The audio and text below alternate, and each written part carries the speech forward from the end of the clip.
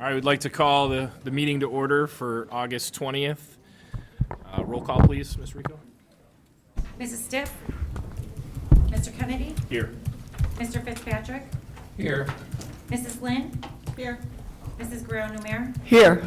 Dr. Huntington? Here. Mr. Coffey? Here. All right, with that, I'd like to call our ROTC forward so we can do the Pledge of Allegiance. Please stand.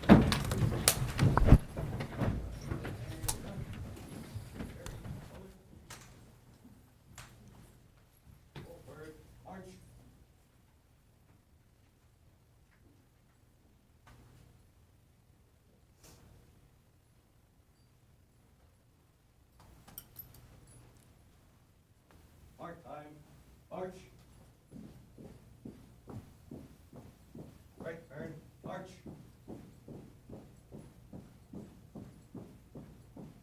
Color guard. Halt. Post.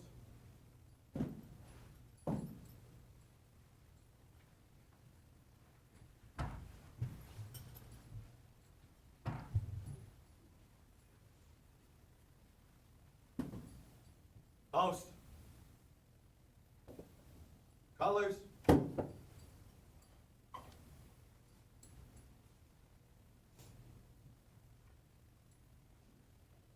Breathe then. Arms.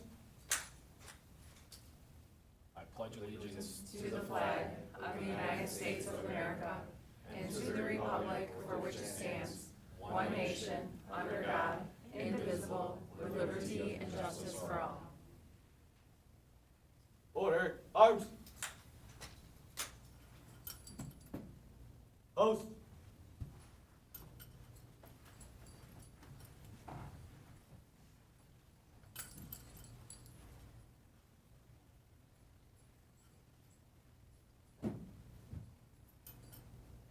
Mark time. March. Right turn. March. Forward. March.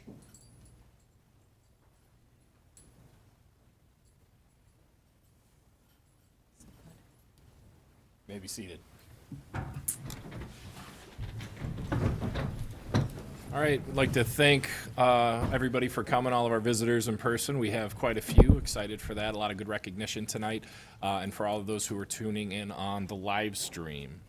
At this point, do we have any public comment on any agenda item? Ms. Rico? No, Mr. Kennedy. All right, hearing none, we'll move on to the consent agenda. Do I have a motion to approve or amend? I'll make a motion to amend, pulling out the Hopewell tuition bill from the check register, please, and voting on it separately. Yes. So motion has been made to pull out Hopewell from the check register. Do I have a second? Second. Any discussion? Roll call, please. Mrs. Guerrero-Numer? Yes. Dr. Huntington? Abstain? Mr. Coffey? Yes. Mr. Kennedy? Yes. Mr. Fitzpatrick? Yes. Mrs. Lynn? Yes. And we need a motion to approve the remainder. I'll make the motion. Second? All right, any discussion? Roll call, please. Mrs. Lynn? Yes. Mrs. Guerrero-Numer? Yes. Dr. Huntington? Yes. Mr. Coffey? Yes. Mr. Kennedy? Yes. Mr. Fitzpatrick? Yes. All right, that brings us to recognition and awards. Our first up is going to be our JRRTC, and our principals, Mr. Hallahan and Mrs. Parker. We'll be doing that with board members, Ms. Lynn, and Secretary, Ms. Guerrero-Numer.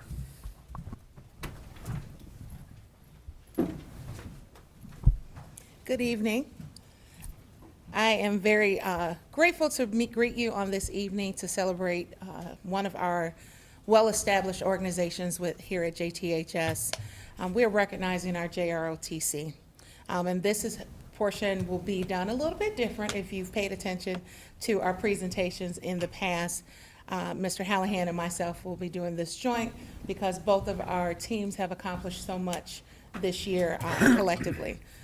This past June, the Joliet West JROTC Leadership and Academic Bowl team placed 4th overall at the JROTC Leadership and Academic Bowl National Competition in Washington, D.C. And yes.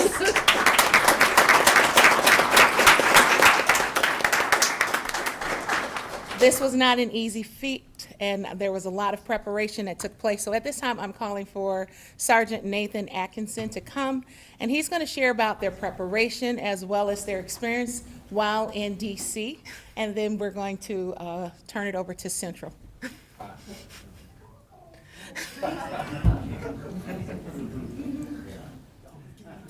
How y'all doing today? Hello. Well, my JLab took, like she explained, they took fourth in the nation. It's over 2,000 teams that competed, and then they made it to DC, and then they took fourth in the nation. It's a lot of preparations. They start practicing in August, and it goes all the way through May. They always go through May, and they practice, and it's very rigorous. They did the leadership competition, and it was the first time that we actually ever placed fourth in that event. So they did a really great job. Want to add to it? Okay. And I'm proud to introduce Major Jaco. He's going to talk a little bit about our team's experience there and the preparation they did, when we are equally proud of their ongoing accomplishments and their contributions to our school and our community. So, Major Jaco. So just to add on to what Sergeant Atkinson was talking about, both campuses qualified to go to Washington, D.C. for JLab. And the military loves acronyms. We had acronyms before smartphones were invented. So JLab just stands for JROTC, Leadership and Academic Bowl. And there's two broad categories. There's an academic bowl, which is virtually identical to high school scholastic bowl. And there's the leadership bowl. And the leadership bowl is testing students on the JROTC curriculum and the leadership principles of well-regarded military leaders like Douglas MacArthur, George C. Marshall, and Colin Powell. So the way the environment works, this is a national competition. It happens every year. In the fall semester, every high school, there's 124 high schools in our region. There's 1,700 high schools nationally, and they all compete at their home high school through an internet feed. They get live questions thrown at them. That's level 1, and then in the spring semester they go through level 2. If they do well enough level 1, level 2, then they qualify to go to the nationals. It's held in Washington, D.C. The nationals for the Army, they only take the top 40 high schools out of those 1,700 high schools. So it's quite an achievement just to qualify to get to D.C. In our region, like I said, there's 124 high schools. So our region only sends 3 high schools to D.C. So 2 of them were from Joliet, which I think.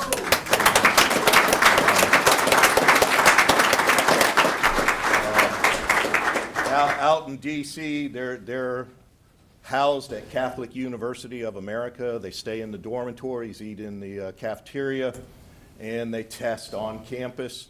There's 1 full day of testing. It's traditional testing with response clickers, and there's hands-on testing to evaluate your ability to deal with different leadership scenarios.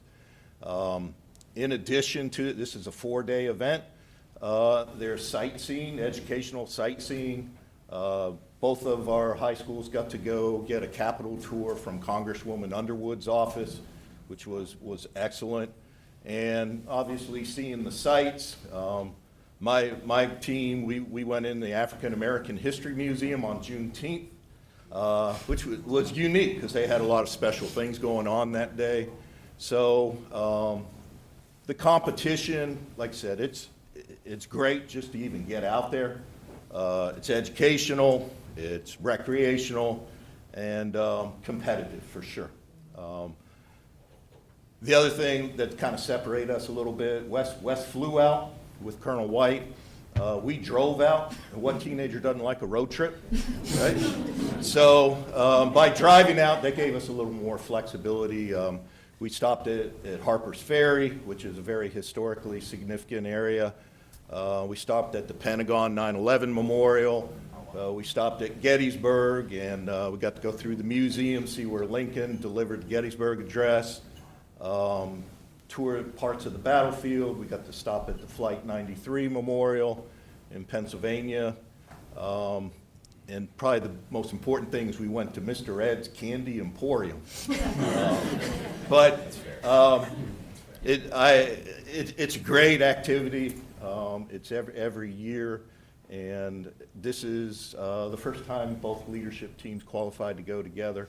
So I think that it speaks very well for Joliet. So.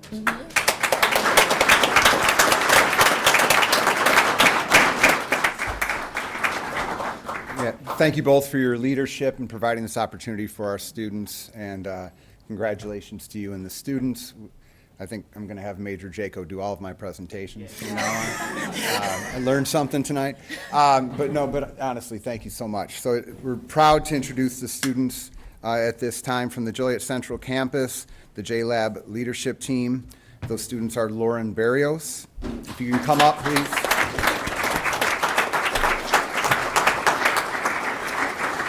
Natalie Medina.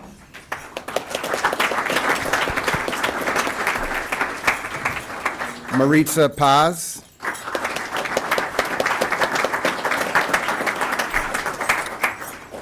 Sanaya Sharad.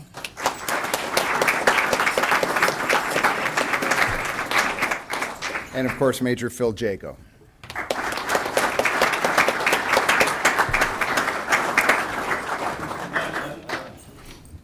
She had to change out her flag football uniform.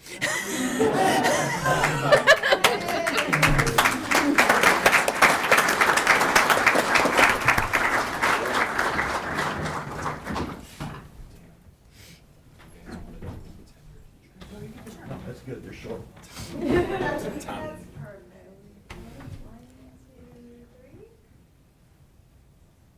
I invite any family that would like to come up, please do. Come all the way up if you want.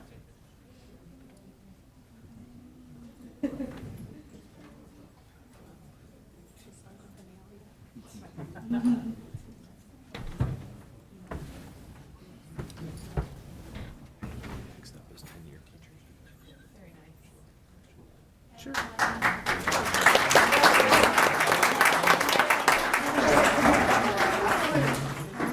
Thank you. Congratulations.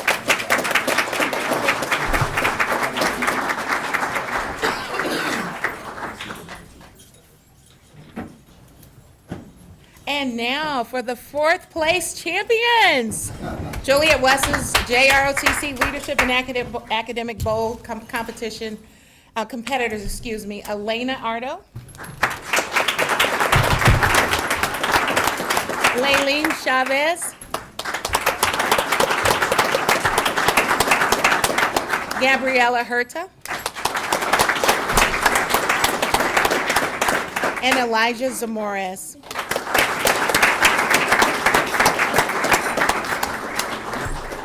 Unable to make it tonight, I do want to make mention of Lieutenant Colonel White and as well as Sergeant Pennell, who couldn't make it this evening, but representing is Sergeant Atkinson. Thank you.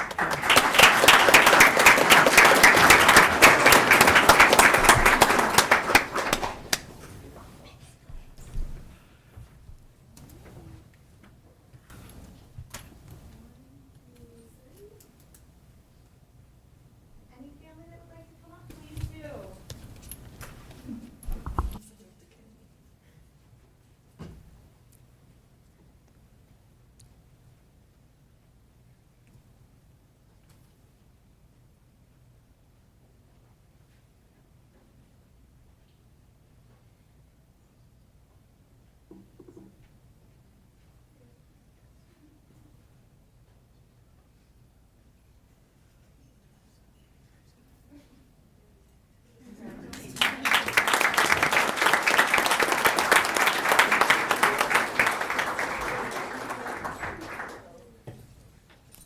Another recognition that we have not completed within recent years, we thought it would be an opportune time to take a moment to acknowledge the contributions of both the Central and West JROTC Color Guard. They've made such a large impact on our community. They render their service to us here in this boardroom every third Tuesday of each month. They open up our board meetings promptly. They participate in school events, whether it's opening our honors assemblies or our pep rallies, participating and assisting in our homecoming festivities, but they also escort freshmen and parents during our welcome back events or our open house. They represent JTHS in this community so well, and we wanted to take time to acknowledge them on this evening. We wanted them to know that we thank them for their service and let them know we appreciate their consistency and we recognize the valuable role that they play here in our community. At this time, I will call the Joliet West JROTC Color Guard from the year 2023-24 to come and be recognized. Lorenzo Bonk.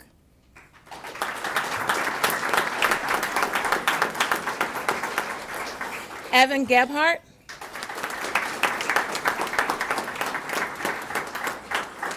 Angel Prado Lopez. And Elijah Zamores.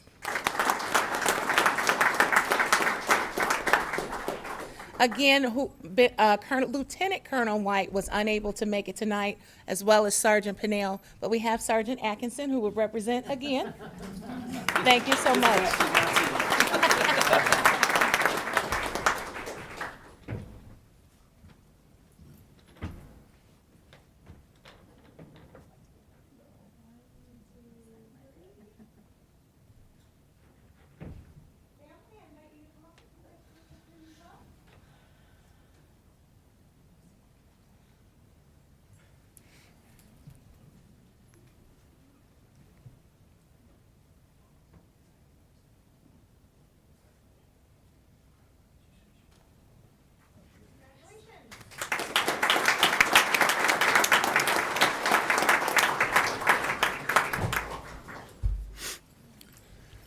And I'm proud to introduce the Color Guard commanders from the Central Campus. Chloe Van Ness.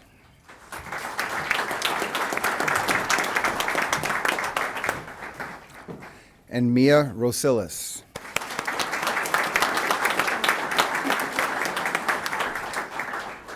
And I'm also proud to recognize their sponsor, Sergeant First Class Eileen Bogle.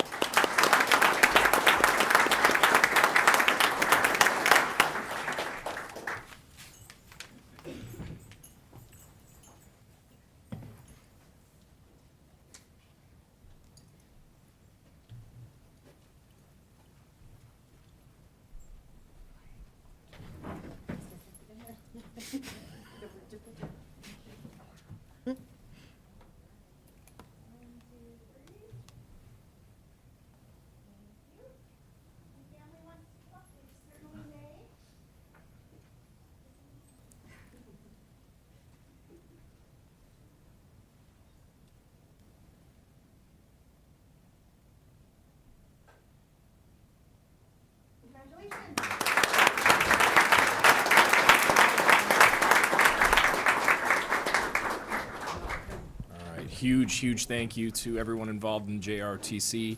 I don't think I could have said it any better than what Principal Parker said. I mean, the things that you guys do, I know everybody on this board's very appreciative of the Color Guard coming in. Really makes the board meetings, starts off in a very special way. At this time, we're going to move on to recognition for our tenured teachers with Ms. Diane McDonald and board members Dr. Huntington, Mr. Coffey, and Mr. Fitzpatrick.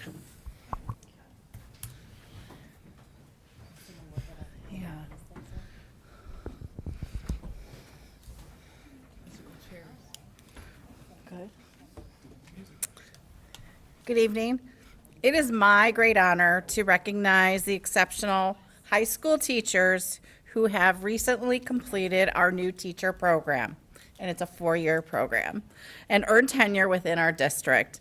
These educators have demonstrated remarkable dedication, resilience, and deep passion for their students' successes.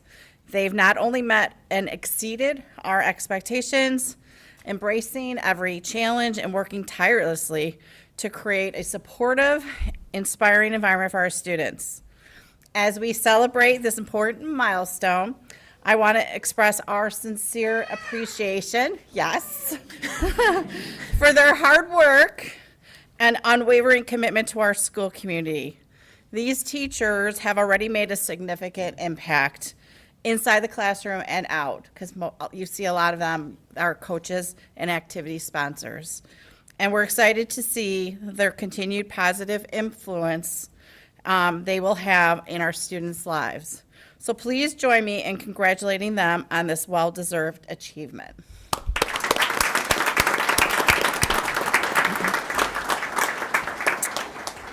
I'm going to start with Central Campus, and I'll call everybody up, and you'll be greeted by the principal and our board members, and then if you can move to the middle, and we'll take group pictures. We'll do Central, West, and then we'll do a whole group. If you're some of our teachers were unable to attend because life is busy, family commitments, coaching. So I'm still going to call their name even though they may not be here. Jared Batisto.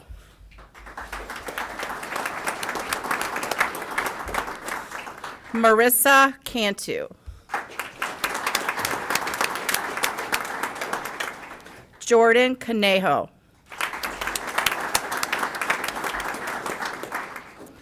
Jessica Christine Gunay. Matthew Hall.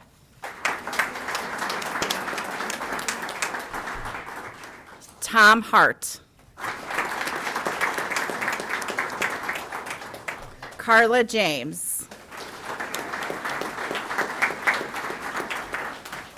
Elizabeth Murray.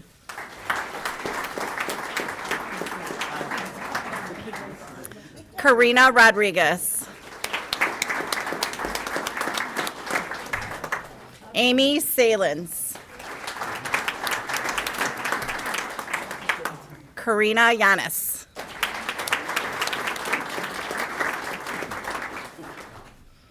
Kyla Friss.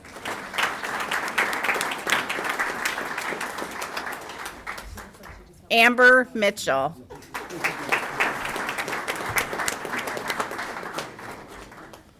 Kyla and Amber work between both campuses, so we appreciate that as well.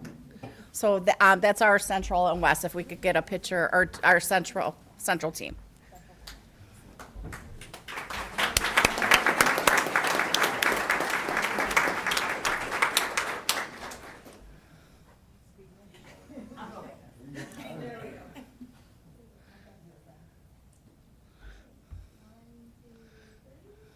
I know we got parents out there too.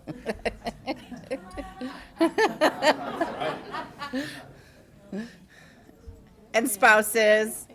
Students. That's awesome. All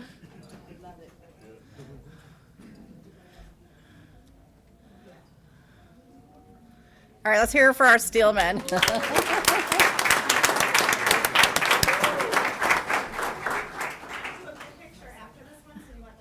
Yeah, please.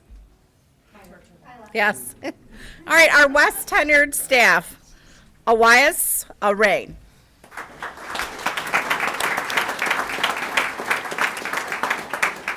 Ashley Barker.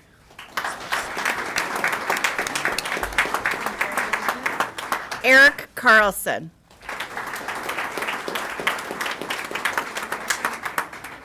Monica Kwalyar. Mario Guzman. Bridget Hughes. Mal Macca. Natalie Mander. Lenora Maurice. Andrea Olsta.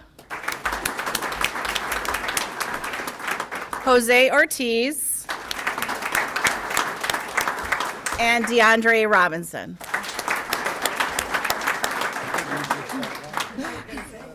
How we fill that up?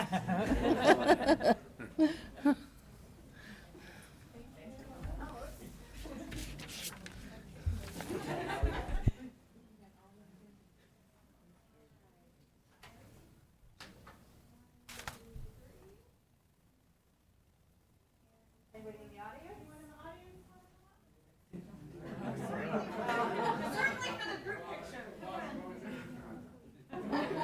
All right, let's get everybody in the group now. Yeah.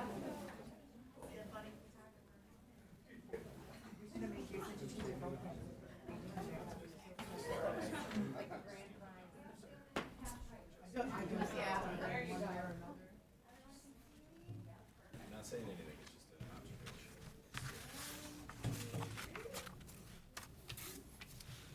Family, come on up.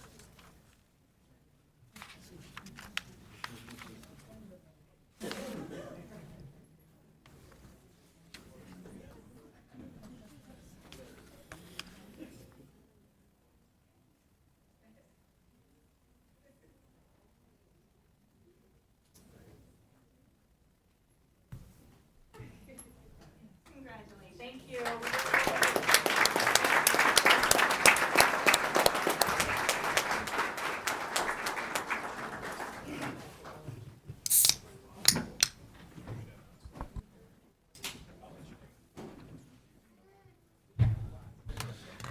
All right, thank you very much. Very excited for those teachers who earned tenure and for all the work that has been put in to help get everyone to that point. I know it takes a village, takes your families, takes a lot of support from the school as well. So thank you to everybody involved, but we're very excited to have you guys tenured. Now, is that better? All right, thank you. All right, next up, we are going to recognize the Chicago Bears. We're going to have our athletic directors, Mr. Fitzgerald and Mr. Millsaps, do that. Do want to give a shout out to former athletic director, Mr. Pereiro. I know he got a lot of the ball rolling on this, and very excited to have a lot of our flag football team here for it as well. Good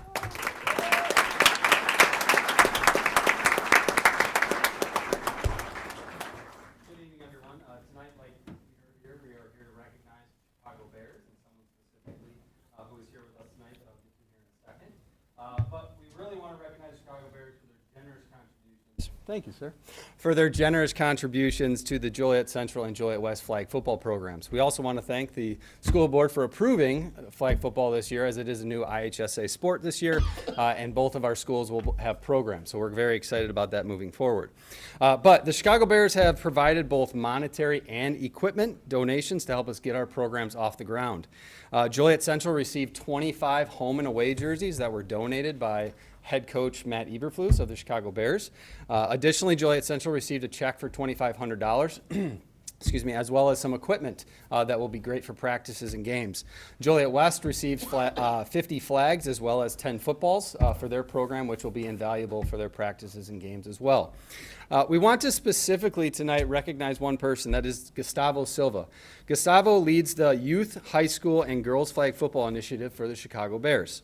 Gustavo was instrumental in coordinating these donations and also helped arrange for 16 of our Joliet Central student athletes to go to Hallis Hall on July 3rd and participate in a youth skills clinic. They also got to see Chicago Bears camp. They got to meet and work and talk to Coach Eberflus as well as several of the Chicago Bears, and it was just a great overall experience. So the Chicago Bears provided a first-class experience for our student athletes, and their contributions are immensely appreciated as we launch our programs.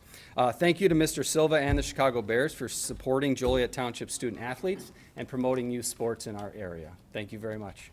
And we want to. So. I'll ask Mr. Silva as well as both the Joliet Central and Joliet West girls to come up here at this time. The Joliet Central girls are wearing the uniforms, the blue uniforms that were donated.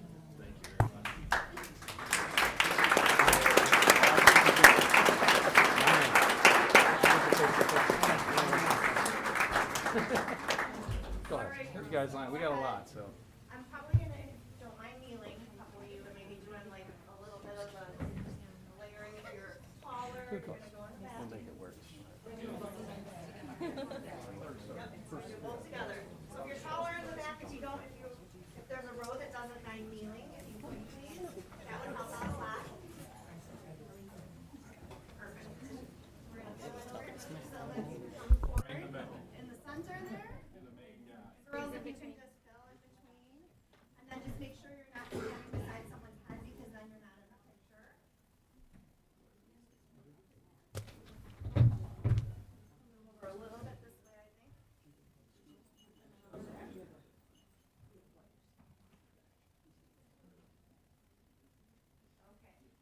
Stand on the stage there. Need a little bit of help over here.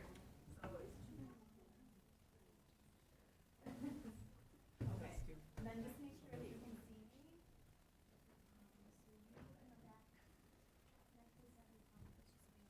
Here. Perfect. Yeah.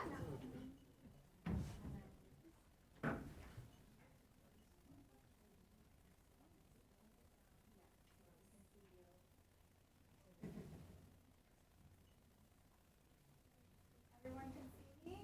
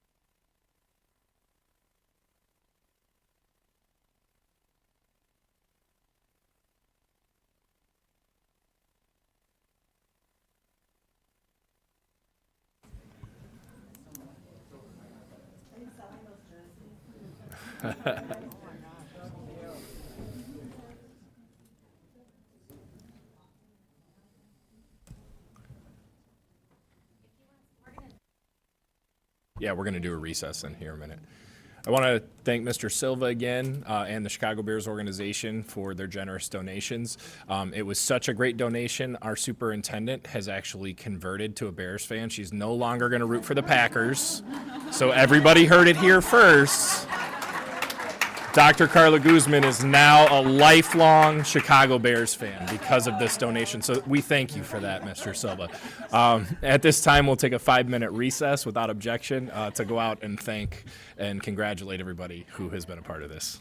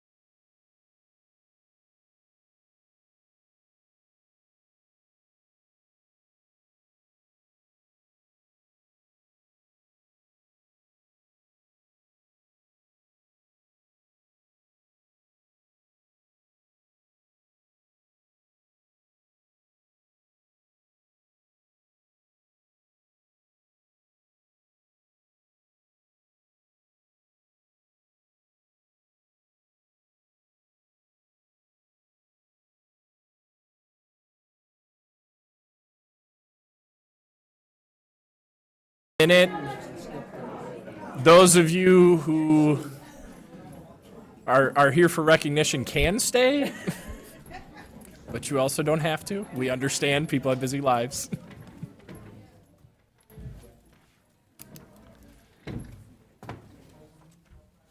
All right, so that concludes our recognition and awards. At this time, I'd like to turn it over to Dr. Guzman for superintendent reports. Thank you so much. We do not have any correspondence or legislative report, but we will begin this evening with a bond presentation by Elizabeth Hennessy from Raymond James. Thank you. I just want to give a little background information. Previously, about 2 years ago, the board approved a plan for us to basically borrow from ourselves and then reimburse. But as we know, because of the fund balance, we had an opportunity to do a fund transfer for construction projects. So Elizabeth and I, we've talked, and what you see today is a revamped plan of how we can actually obtain funds about 4 years from now. So spend down those fund balances that we transferred to the construction project, take advantage of refunding now because of interest rates, and then capture those dollars in 4 years as we continue with the master facilities plan. So I just wanted to give that update because this is a little different than what we presented a couple of years ago. Ask a question just before you get started. When you're talking about transfers, this is like your cash on hand. How much cash, like reserves, does the district have, like expenses wise? 6, 12, 18 We have about a year and a half Okay. right now. Thank you. You're welcome. Okay, thanks so much for having me tonight.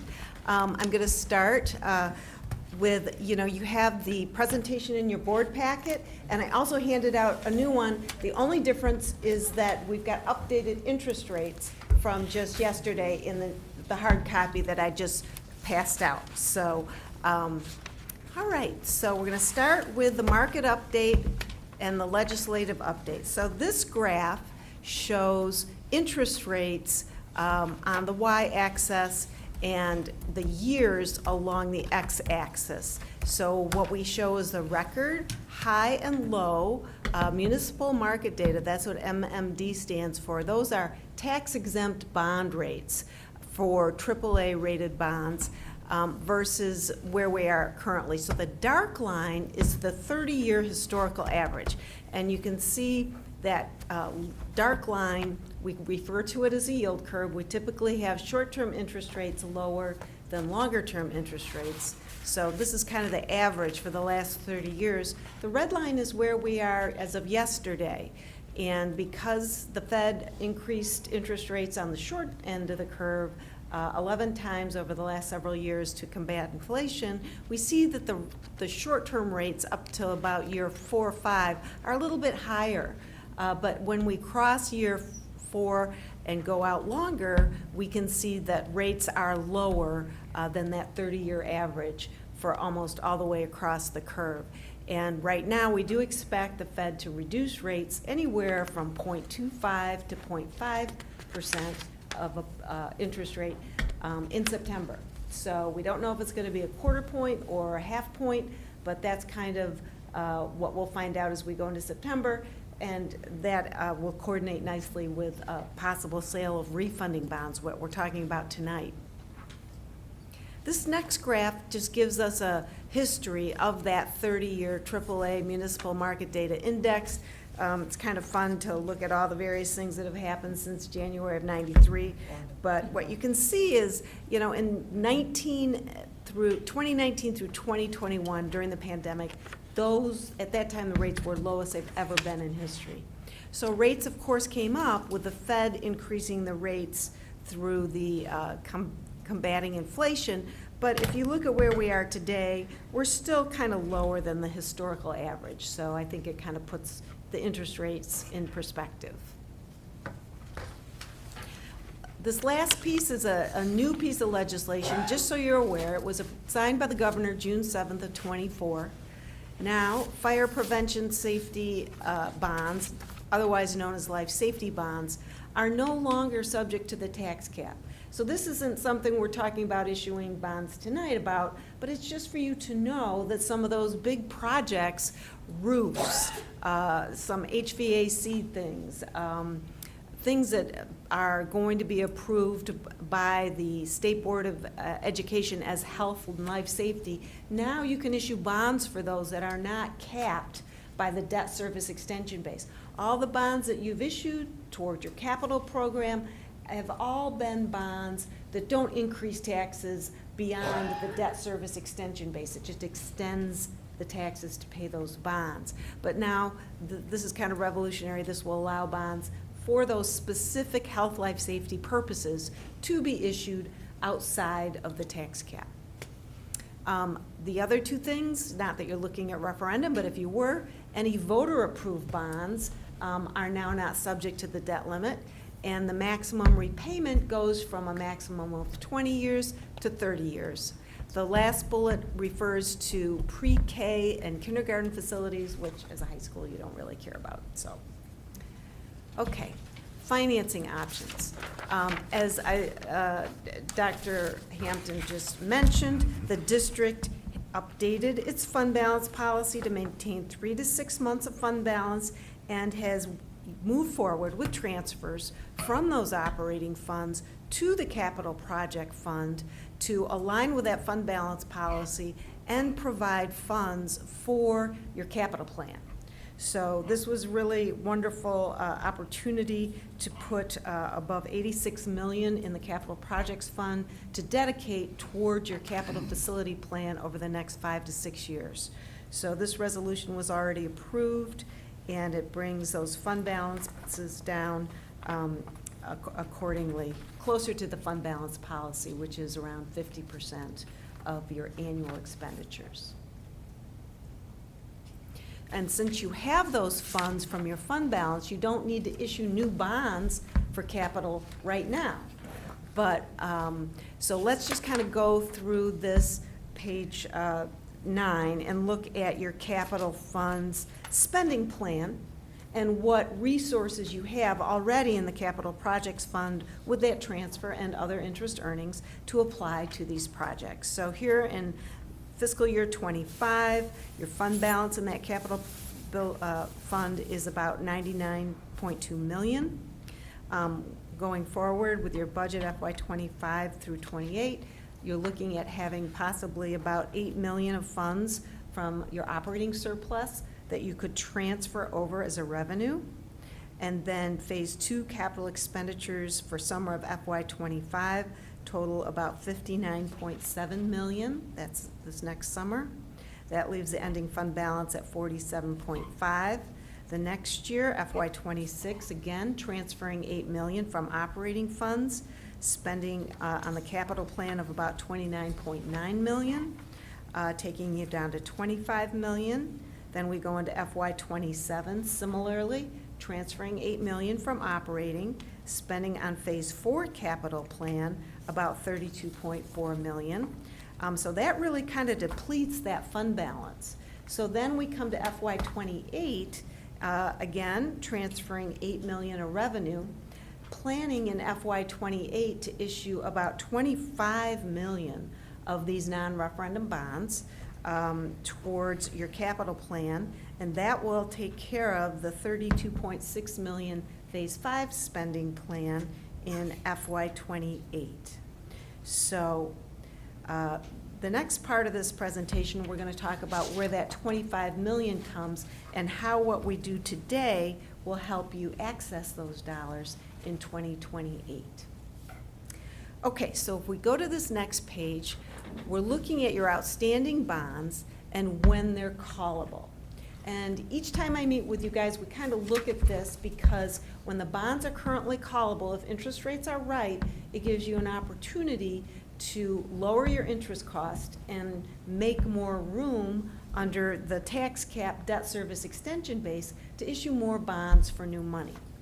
So the bonds that are currently callable are the Series 2014 and the Series 2015, callable 1/1/24 and 1/1/25. So you see the amounts that are callable altogether about 22 million of your outstanding bonds.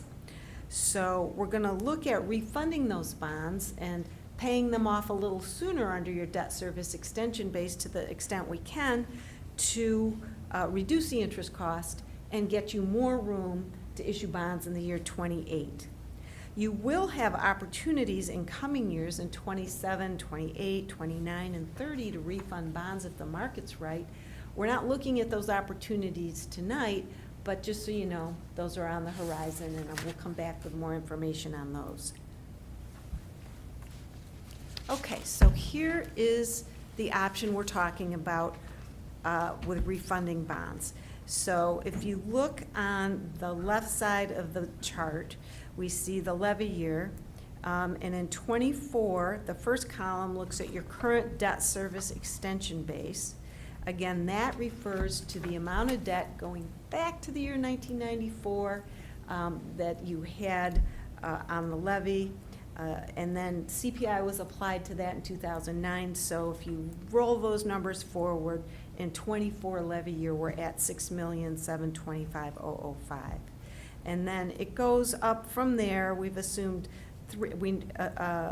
CPI in 25, I think we've got it at 2%.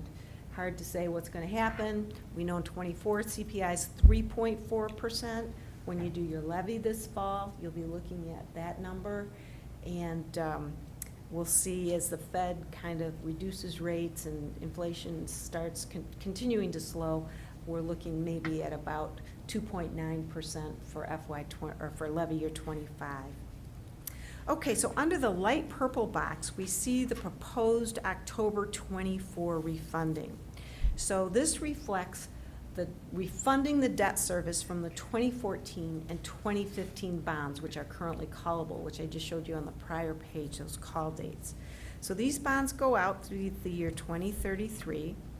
The column of numbers right next to that are the proposed refunding numbers. So we're going to pay them back a little different than they were issued. We're going to pay them off sooner.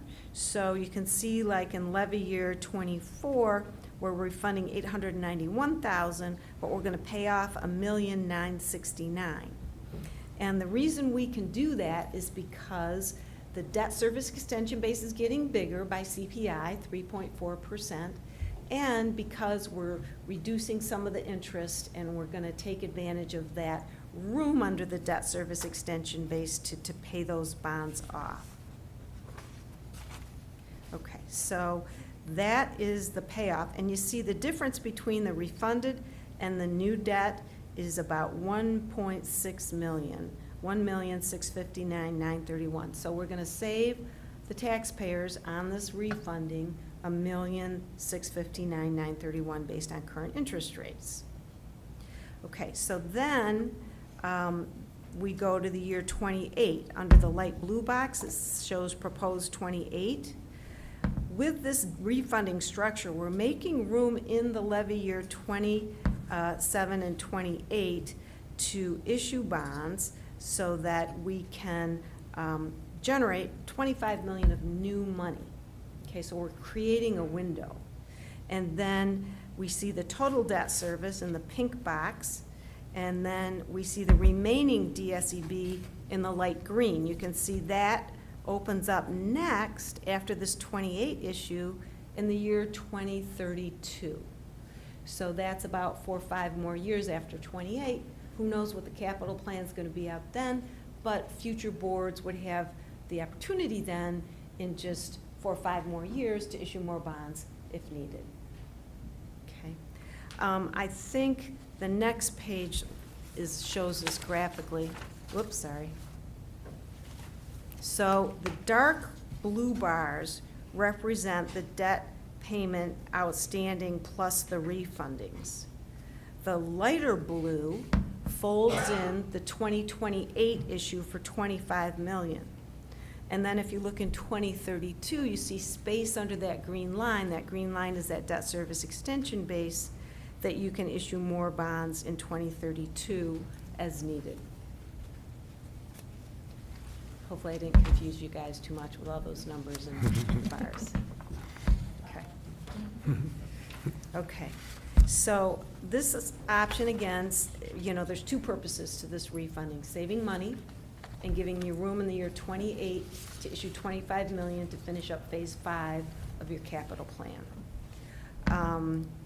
So that's kind of basically what this says. And it also mentions that with this plan, including the 28 issue, which of course we have another board decision at that point, allows you room to issue additional bonds in 2032. And then we'll also look at these other refunding opportunities as they come along in 26, 27, 28. So the proposed timeline is tonight we're reviewing the refunding strategy and how these bonds fit into your 5-year capital plan. At your next board meeting, September 17th, we would bring you what's called a parameters refunding resolution, which authorizes the board to go ahead and sell the bonds with no further action from the board, subject to certain parameters, which will reflect the debt structure we looked at tonight. Also, the board president and Dr. Hampton would be the designated representatives to give the final okay to the sale of the bonds, assuming they're all within the parameters set forth on the 17th. Okay. And then we would close around October 15th, and that debt would then be put in place for future years. So with the refunding, you're shortening the amortization by 2 years and blending the payment schedule, front-loading it a little bit in years 25 and 26, loosening it up again, and then going back at it towards the tail end? Yes. Okay. Well summarized. Yep. It does, it still goes out to the year 2033, but because we're paying off the debt in a different pattern and quicker, we're able to save those interest costs, about $1.6 million.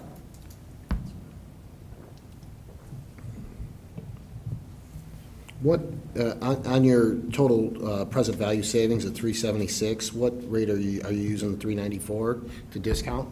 Yes.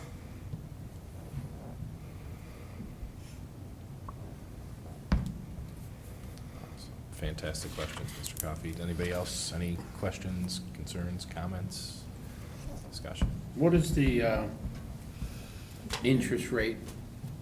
I mean, I know what the interest rate right now is, but what is it for the bonds that would be issued for, say, 2028? I mean, is it all gonna be based on what the Fed's doing? At that time. Yeah, I mean, what we used for the 28 issue was all-in true interest estimate of 3.90% that's based on probably that accurate, payback. And we added a 50 basis point cushion both on the 24s and on the 28s. So it's really hard to say Right, what's going yeah, to that's happen that far absolutely out. true. But we just try to be conservative, but not too conservative, because we do think generally rates are coming back down. But again, we could have a different situation out there. What about your fees? Our fees are all built in here, as well as the fees for bond counsel, who gives you the legal opinion, disclosure counsel, S&P bond rating services. But our fees have been kind of the same for you guys for all our issues, and it's like $6 per bond, or per 1,000 of bonds issued. Per 1,000? Of bonds issued. Right. So this refunding bond is going to be most likely around 20.2 million is the par amount. Oh, okay. Good question. Anybody else? Thank you very much. Thanks. Thank you. Thank you. Thank you.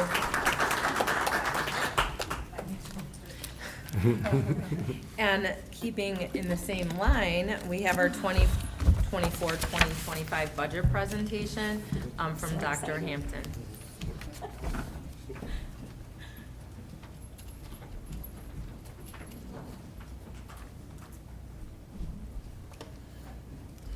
Oh, so what's up? So each year, we must present the tentative levy to the Board of Education.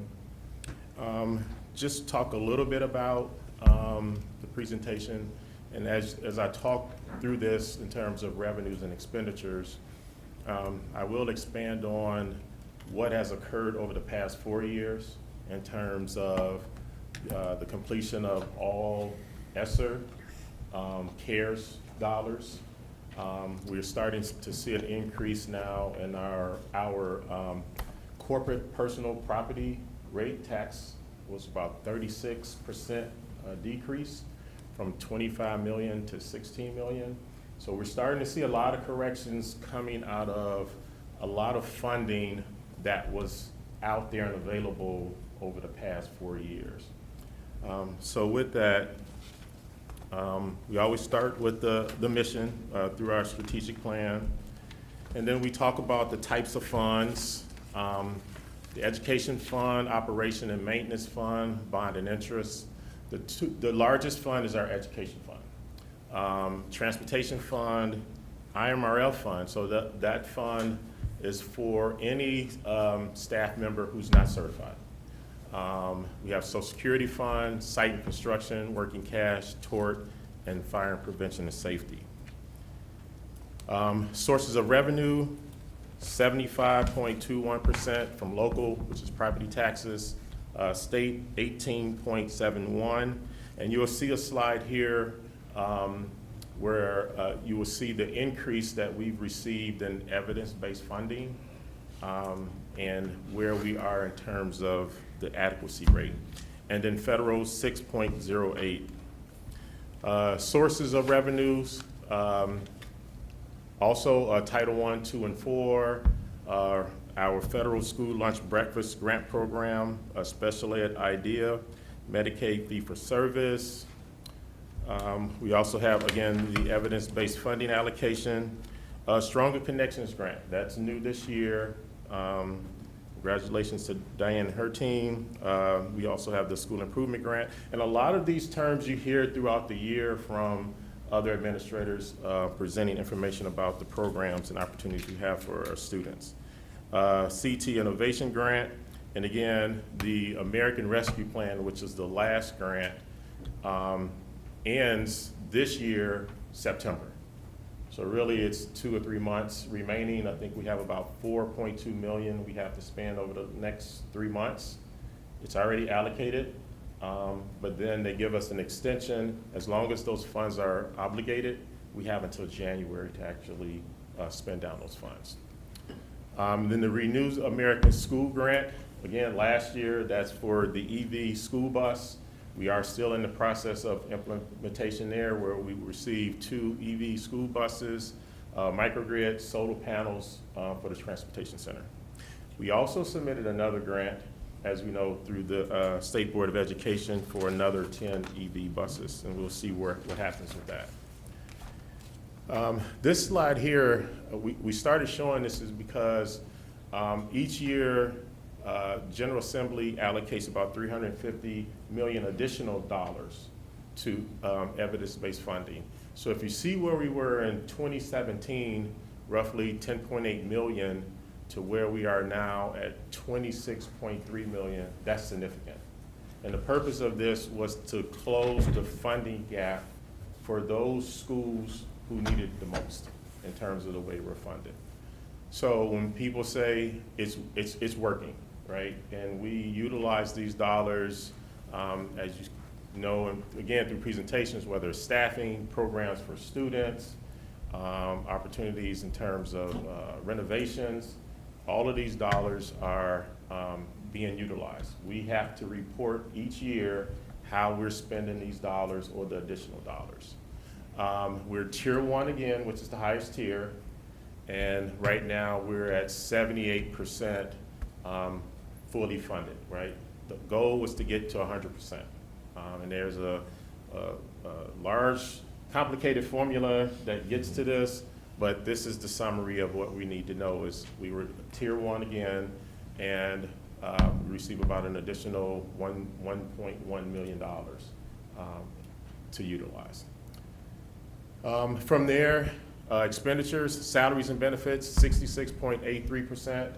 Normally, you'll see somewhere between 65 to 70, depending on the district, the size, but normally salaries and benefits is your largest expenditures. Then it's purchase services, supplies, material, capital outlay, bonds and leases, and then tuition. So this past year, our largest fund, education fund, revenues are roughly 95.5 million, operations and maintenance 18.3, bond and interest, and leases. Leases was added 2 years ago. It used to be paid out of our operating funds.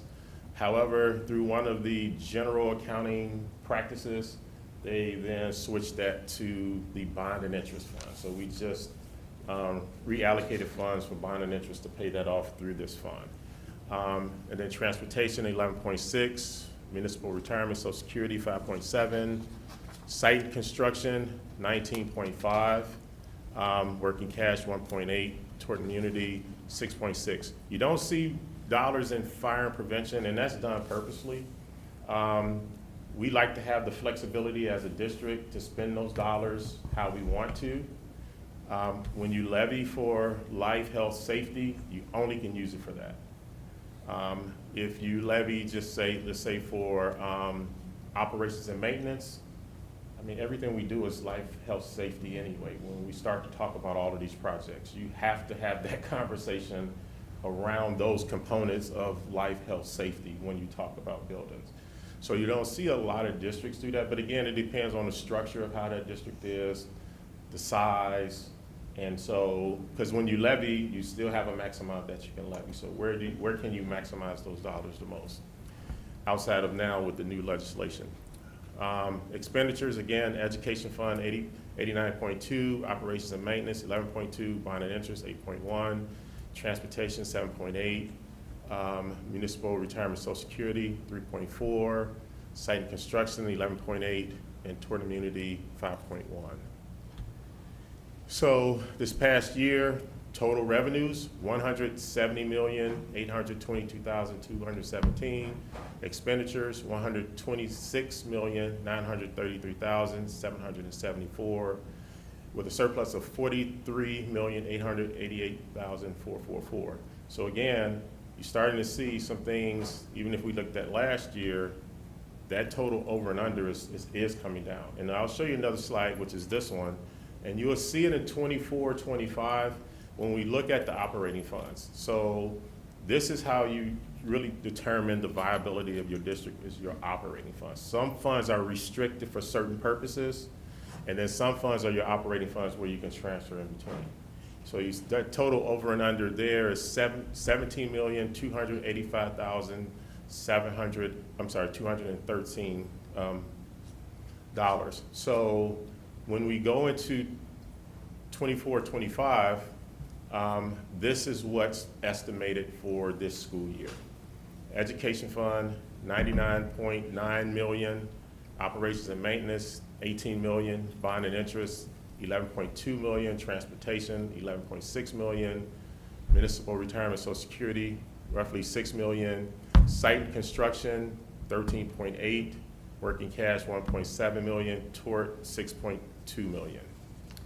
And then you'll see the correlation again with the expenditures, and you can see where we're starting to close that gap with education, 99.9 and then 98.3. So again, we're starting to see these shifts of dollars that we had previously the past 4 years starting now to come off the books, right? And so operations and maintenance, 13.5 million, bond and interest, 9.6 million, transportation, 8.8 million, municipal retirement, Social Security, 3.5 million. And then site construction, you're always gonna see site construction's revenue lower than the expenditures. Again, we're spending down the fund balance for the site construction fund. So that's gonna be purposeful over the next 4, 5, 6 years to spend all of that down. So we're gonna always see less in revenue, more on the expenditure side. And then toward immunity, 5.9 million. So this over and under, we're showing a surplus of 23 million. Last year was roughly 44. And so we're seeing that decrease in revenue, but also that maintaining of expenditures. Also want to recall that all of the staffing that we had through CARES is now part of this operating fund. And that was purposeful. We shared before that we had an opportunity to begin some programs earlier because we were allotted these funds, but knowing that ultimately they were going to roll into our expenditures. And so we start to see those things happening now as the revenue goes away. Same thing with same thing with the operating funds. Again, now we're at 9.6. It was at 17 last year. So we're starting to see that shrink. But these numbers are now starting to get back to normal where we were pre-COVID, right? So I don't want anyone to be alarmed. Oh, we're starting to get back to normal. And over the next year or two, we're going to see more of that be flushed out because now those extra dollars are gone and we're starting to realize those true expenditures being in our operating funds. So with the operating funds, 9.6 million essentially what's being estimated. Again, we always look for grants, opportunities for the districts. They definitely have to align with the strategic plan. The budget basically is in public viewing for 30 days, which it is now. And then come September, we'll have the final budget. Hopefully we'll have some of our other grant numbers that we're waiting on. And then this will adjust. It will not be significant, but it will adjust some in regards to finalizing all of the grants for next school year. Any questions? Discussion? So it looks like the lion's share of the difference in over/under is construction, right? I mean, that's 16 million of the. Yep, that's part of it. Well, the over and under, so yeah, you're looking at all funds, right? Mm-hmm. But part of it also is we have a decrease of about 16 million in CPPRT, right? So that was significant too. And a lot of this is just how they're allocated throughout the funds. But that 16 million is gone, and actually, they're talking about decreasing it more as we go through this year. And it's been talked about all year going into this year. I believe it was an article that was even written about like the dollars that districts are gonna lose due to this, because we did see a significant increase in the CPPRT over the past like 3-4 years. We just wanted to make sure that it wasn't an error, because about 8-9 years ago it was an error and we had to pay it back to the state. So that's what we wanted to make sure as administrators is, as long as it's not an error, we don't want to have to pay these dollars back, but if you're going to decrease, you're going to decrease. And then you'll see again some of the CARES come off. But yeah, I mean, the other things are those capital projects and some of those things associated with that too. Any other questions? I just want to say thank you again for everyone that writes the grants that, and your teams that work together on that. And also, I know I've said, can't Islandis just figure it out because he's just a miracle worker?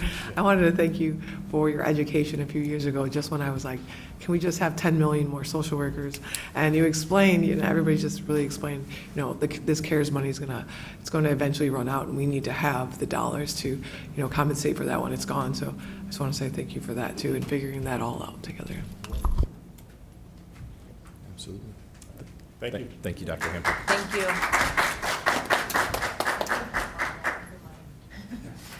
I do want to say thank you and echo everything that was said. And as was already stated, we did get the Stronger Connections grant, which is about $250,000. We just submitted for 21st Century. We've submitted for every CTE grant that is available, as well as some of the sustainability grants that were mentioned. So we continue to be very alert to what is out there. And again, it's not just to apply for the sake of applying, but that we're a good fit for and that we can manage. But that is the conversation, as you just said, making sure we have our priorities with a strategic plan, because there's just not that infinite amount of funds. And so I'm very thankful to our grant managers, to our leadership that is constantly talking about the sequence of events and what do we, put in front of the next step. So thank you. Our next presentation is our safety and security presentation. It's really an update by our Director of Safety and Security, Mr. Johnson. Good evening, everybody. So as Dr. Guzman said, this is more of a, just kind of a review and overview of a lot of what you saw when we reviewed the strategic plan. So I'm going to start, we're going to go through 3 different categories, but I'm going to start with staffing. For Joliet Township High School, we have a 45 capacity manpower for our security staffing. The way that breaks down is Joliet Central itself has 1 security supervisor and 19 security personnel. Across the street at the Pathways buildings, an additional 3 security personnel. 1 will be over at the Transition Center, which is also located across the street. And then over at our Joliet West campus, again, we have 1 supervisor and another 19 security officers. We then backfill that, obviously, when we have large events, those types of things, or if we have people that are off, we fill in with our instructional parapros, fill in some of them for our security department, as well as some subs that we have from the outside that come in and assist with that. We also have the Joliet Police Department school resource officers that are assigned to us. We have 1 over at Joliet Central and 1 at Joliet West. And additionally, we've been in conversations with Joliet, and there will be another officer coming to us over to the Pathways building in the near future. And just to clarify, we've had subs at Pathways, so we're talking about permanent assignment at Pathways. So we've had some coverage at Pathways, but it'll be permanent assignment is what we're anticipating, correct? Correct. And the reason that came about was an officer that was there had gone out on an injury and had not come back, so we were backfilling that. The problem with filling it with fill-in officers, it's never the same officer. And because we want our officers to develop relationships with our students, it's important that we have somebody there more permanently. So that's the reason we're going that direction. Equipment and technology. So thanks to the board, we have moved very quickly into some high-tech technology towards the safety and security of our buildings, our staff, our students, and our guests. So we're continuing to update our 2-way radio system. We took some time this summer to go through the radios that we had, repair and update the ones that we could. Some are just so outdated at this point that we can't get parts for them. So with those, we are replacing those as needed. Also, we need radios that can eventually convert over to our digital platform from analog system. The Evolve weapons detection system, which is kind of the biggest thing that we've put down, everything is in place and set up at this point in time. We got that up and running very, very quickly this summer. As soon as you guys gave us the go-ahead, we reached out to our vendors, and they worked with us very quickly to make sure we could get those set up before the beginning of the school year.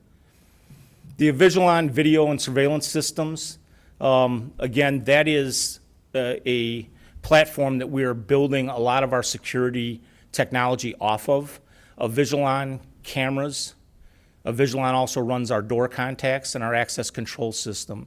They are a subsidiary of Motorola, and we are utilizing that platform to kind of tie all of our security and technology together. The Hall Pass system. I just informed Dr. Hampton right before the meeting that the Hall Pass system that we were going to go to, we had ordered devices. They were on back order. We were waiting for those to arrive. Matt Kellett from Technology advised me today that those have arrived. So now it's just a matter of getting things programmed and then putting together the training for our security team so they understand how it's operating and being used. Translation devices. So we don't always have the opportunity to have bilingual security personnel, especially at our front desk areas. And as you know, we have a very large population of bilingual individuals. So utilizing a translation device, which actually Diane was able to get for us and get deployed out to us last year. We did some training with those, and we have those at the front desk to assist with translation when we have parents and guests, so on and so forth, coming in. And then the last is the software for Raptor. So the Raptor system has an ability to expand further than what we have it at this point. Right now, we currently use it for our access control, and we utilize it to check in guests, basically, when somebody comes and needs to go to a counselor's office or principal's office, whatever the case is. That's how we check them through the system. We give them a pass and move them into the building. That has the ability now to expand out, and I'll talk about that a little bit as we go into the training. So with the training, again, the new technology, it's training for all of our staff, including the security team. So we're getting them up and knowledgeable. We just had a training on Tuesday of last week where we got all of our, I shouldn't say all, we got a majority of our security team trained up on that system at this point in time. Again, this will be something that they continue to work with and build on as we move forward. The Raptor system, as I said, Raptor has new software out. One of the things that we are training on, and it's at the bottom of my list, is at the standard response protocol that you'll see on the bottom of my slide. We just this year are rolling out the standard response protocols into our buildings, which is a templated response with 5 different responses for any kind of emergency situation. The Raptor organization has actually built their system around that standard response protocol from the I Love You Guys Foundation. So that is one of the things that we are looking on as well, is being able to tie our standard response protocols into our Raptor system. Avigilon, as I said, the cameras, the door contacts, and the access control systems, that is all training that it has started and will continue throughout the year. The hall pass system, as stated, now that we have the units on site, once technology has those programmed and ready to go, we will get everybody trained up on those.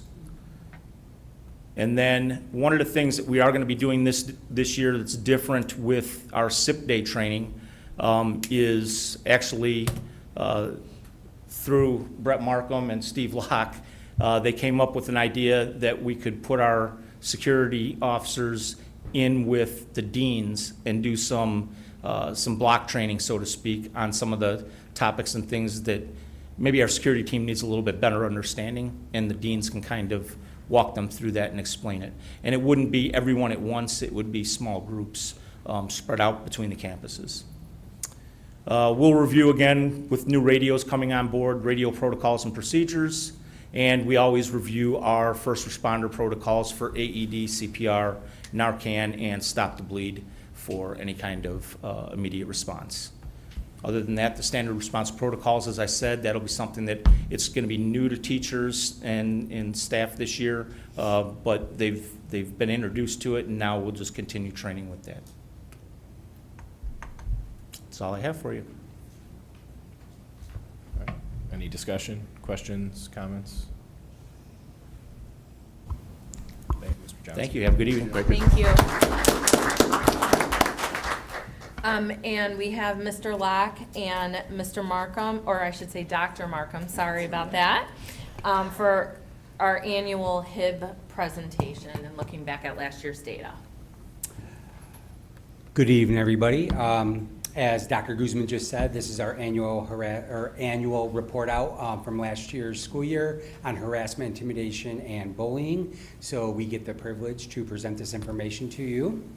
As far as our prevention plan, as you can see, we have a pretty robust system as far as getting the information out to our staff and students, families, community throughout the district, ranging from platforms on our own website all the way down to coaches meetings where the athletic directors address ways to report any harassment, intimidation, or bullying. Activities meeting, we implemented that a few years back, all the way down to new teacher orientation meetings, where we have been doing that now, at least since I've been in this role, since 2019-2020 school year. The next slide right here is our response plan to any reports of harassment, intimidation, and bullying. All formal complaints are obviously investigated. Parents of the alleged victims and the alleged aggressors are notified within 24 hours, and that is based on school days. So for example, if something happened on a Friday, we would do our best, hopefully to contact them by that Friday, but if not, definitely by Monday. Investigations are completed within 10 school days of the infraction being reported, and then victims are provided with information, whether it's from the deans, counselors, social workers, on how to get the support that they need. As far as the outcomes and the effectiveness and how we look at that and evaluate it, we collect the data surrounding the victims. We identify the areas within the school, which was, I believe, a couple years ago, a board directive, and the board did ask us to start looking into that a little bit more, which we did. Types of bullying that is occurring, and then what happens and how did things get reported as far as bystander intervention or possibly interventions and participation. So these next few slides just go over the data. So it starts with this past year. And we talked last year about, we saw, because I was new to the role, Steve's fairly new to his role still. So this was an area that we wanted to start to address. We started to do some things this year. I think after a year, we've got even more things that we'll talk about later about how we want to continue to improve our data collection and also just how we respond to bullying in general.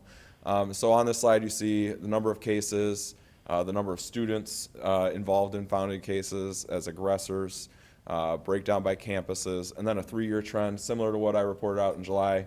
We know that the past 3 years' data is accurate, so that's where we're starting from, and we'll build from there. In terms of locations, as Steve mentioned, this is something that we track closely through our reporting procedures on JTHS.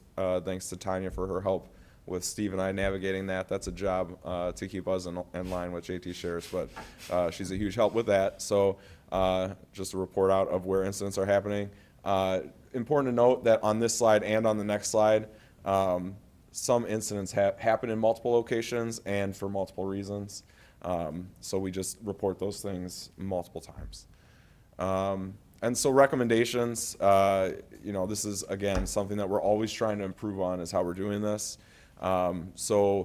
This started for us back when we had our Dean's Summit over the summer. We talked to the deans about our updated process, and essentially one of the ways that we think we can help to standardize how we're coding things and how we're documenting is that anytime there's a bullying investigation, anytime we enact policy 7180, myself, Steve, Julie, or JR will be the ones who kind of facilitate that with the deans and enter the information into JT Shares.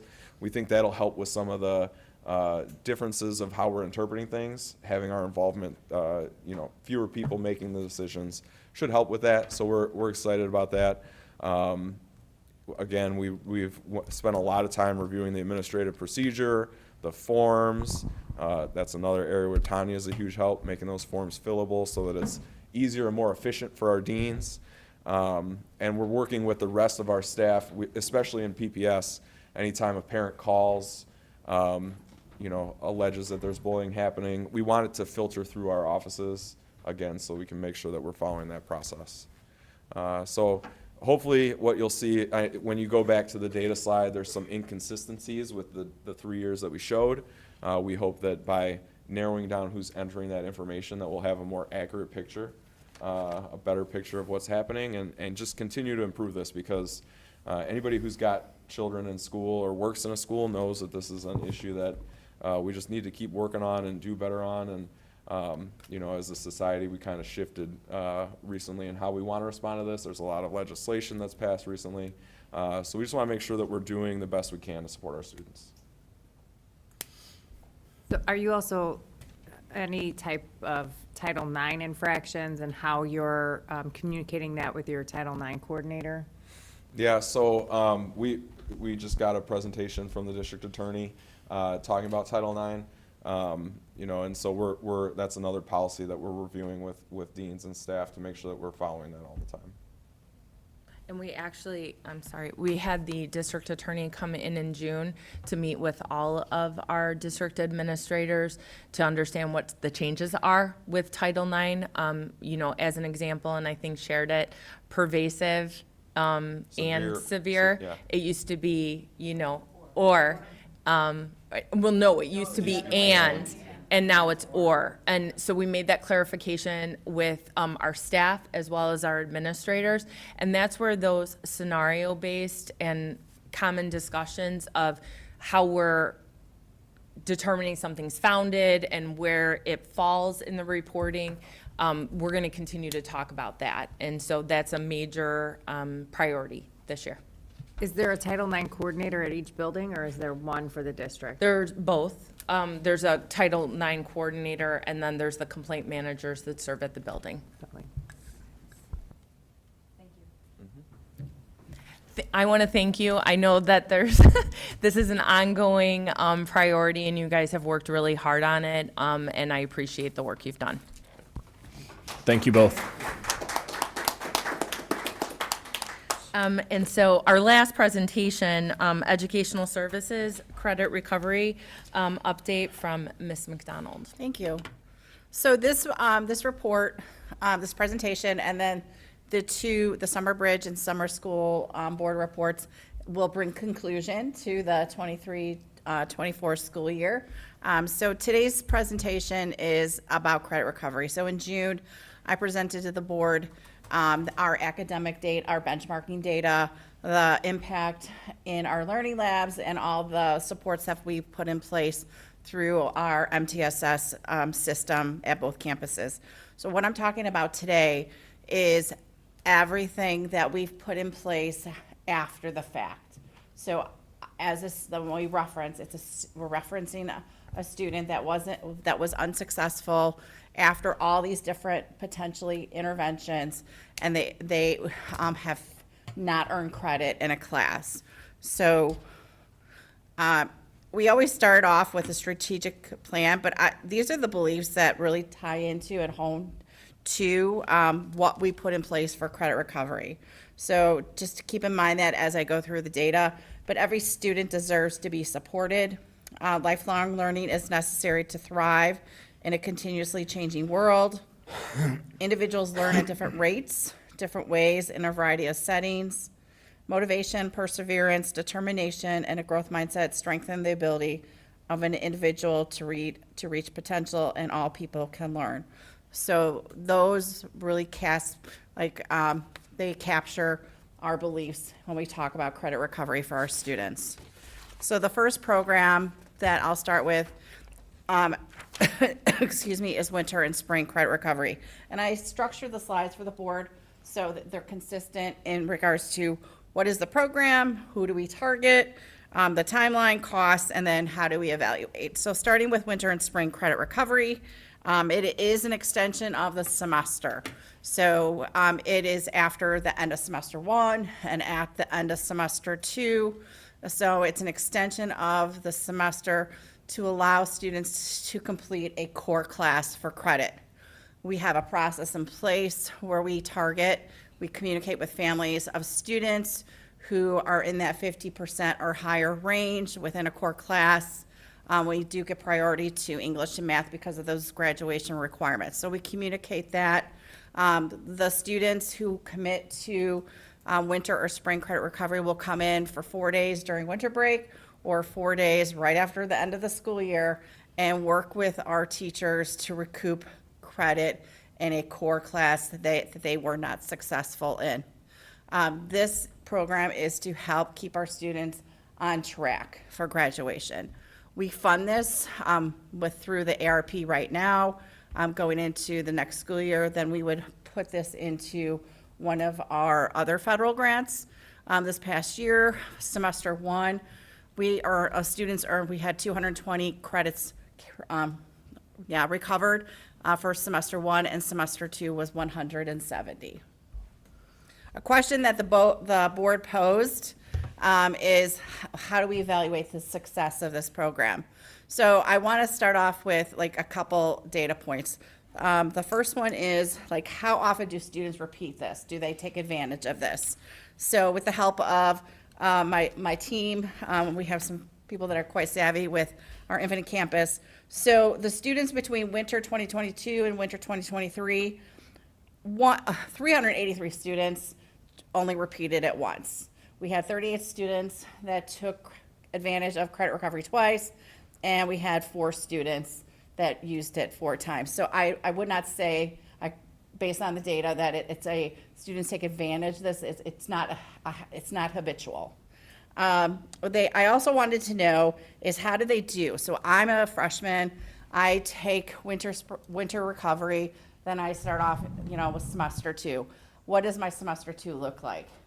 The average GPA of the students in that group is 1.6, and their average attendance is they have 17 absences. So we're talking about a small group of students that probably have individualized needs, and this recovery is helping them. And also another question was posed is that how do they do in their next class? So one of the, so if you look at the grade breakdown, so if I failed Algebra 1 in winter, then the question was, how do I do that in that second semester in algebra?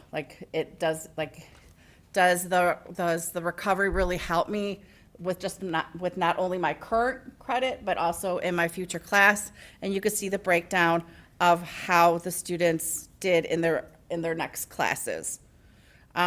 So when it says students did not take the following class, some classes are not sequential. So say if I needed to retake world affairs, there is not a sophomore level social science class. So really we focused in on math, because it's it's algebra, geometry, advanced algebra, or English 1, 2, 3, and 4, biology and physics.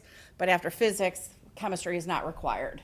So that gives you a breakdown then of our students actually did, it's not, them taking this recovery does not, it helps students stay on track, and it looks like they are somewhat successful in their next semester class. So that was one of the questions posed by the board. So any questions on winter and spring recovery? Thank you for that data. You're welcome. If you have any other questions, I have a person now that can pull all this. I have a person. Let's just say thank you to Pat O'Neill. Pat O'Neill, who's watching. Thank He's you. not here because it's his mom's birthday. The second program is our GAP 10. So to explain this to the board, GAP 10 is built into our school day for our for our sophomore students who failed a freshman class. So I was a freshman. I potentially failed 1 or 2 or 3 or 4 classes. I was unable to recover it in the winter or spring recovery, and I was unable to recover it in summer school. So our assistant principals build their schedule, it's almost hand scheduled for our sophomores. We call them our gap because they have a gap, and our goal is to get them back on track for graduation. So the timeline is semester 1 and semester 2. Students can be in it for 1 semester, for 2 semesters, depending on what their needs are. The cost and funding is part of staffing. So we do go into staffing based on the failure rate of our freshmen. Our assistant principals map out how many recovery sections we would need for our students. So what I did with the help of Mr. O'Neill is I wanted to see how the goal is to get them on track and to graduate. So we looked at the class of 21, 22. So there were 140 students who were in GAP 10, 21 and 22, and they would have been our seniors that just graduated. So out of the 140, 53 graduated. And then the question is, well, what happened to the rest? So then you could see the different codes, because when a student graduates or at the end of their senior year, we have in our Infinite Campus system, we code them as in what is their status after 4 years. So transfer to another school, that's something that we can't control, or a private school. I asked about what promotion means. So a promotion does not mean graduation. Because when we send the list to technology of students that have graduated, it's a mass upload. So promotion could be a student that is just promoted to, they're coming back for the next year. Graduated, is clear, dropped out, GED, retained in some grade or demoted, that means I didn't graduate. Transfer, erroneous enrollment, and then like enrollment status ended in a previous year, that means they've left us. So what I want to do with my team is then watch the cohorts, because the goal of this program is to get our students to graduate. So as we watch the next couple cohorts, but I would say that this program, like to say that it helped 53 students graduate, I would say it is worth what we're doing for our students. But we also have stuff within our strategic plan for students that may not have graduated. And as I talk through other programs, that could be beneficial for them. Questions about GAP? No questions, but just applaud the effort. I mean, the fact that it was only a 4% dropout rate at that point for the senior group that was gapped. Yeah. If you get gapped, the numbers bear out that it's a much larger rate generally to drop out. So just a credit to all the different things that we're doing. So, thank you. Thank you. What about this 49? It said that they left. They left the school district. Oh, they just left, okay. Their enrollment status within the district ended in a previous year. Okay. So would that be a dropout then? 35% would be a drop? No, they didn't drop out of school. They would have maybe gone to another high school. So enrollment status ended. But there's a transfer, there's two other categories, transfer to another public school district, transfer Yeah, to a that's private what I- school district. Does that mean they transferred previously from their senior year, like before that?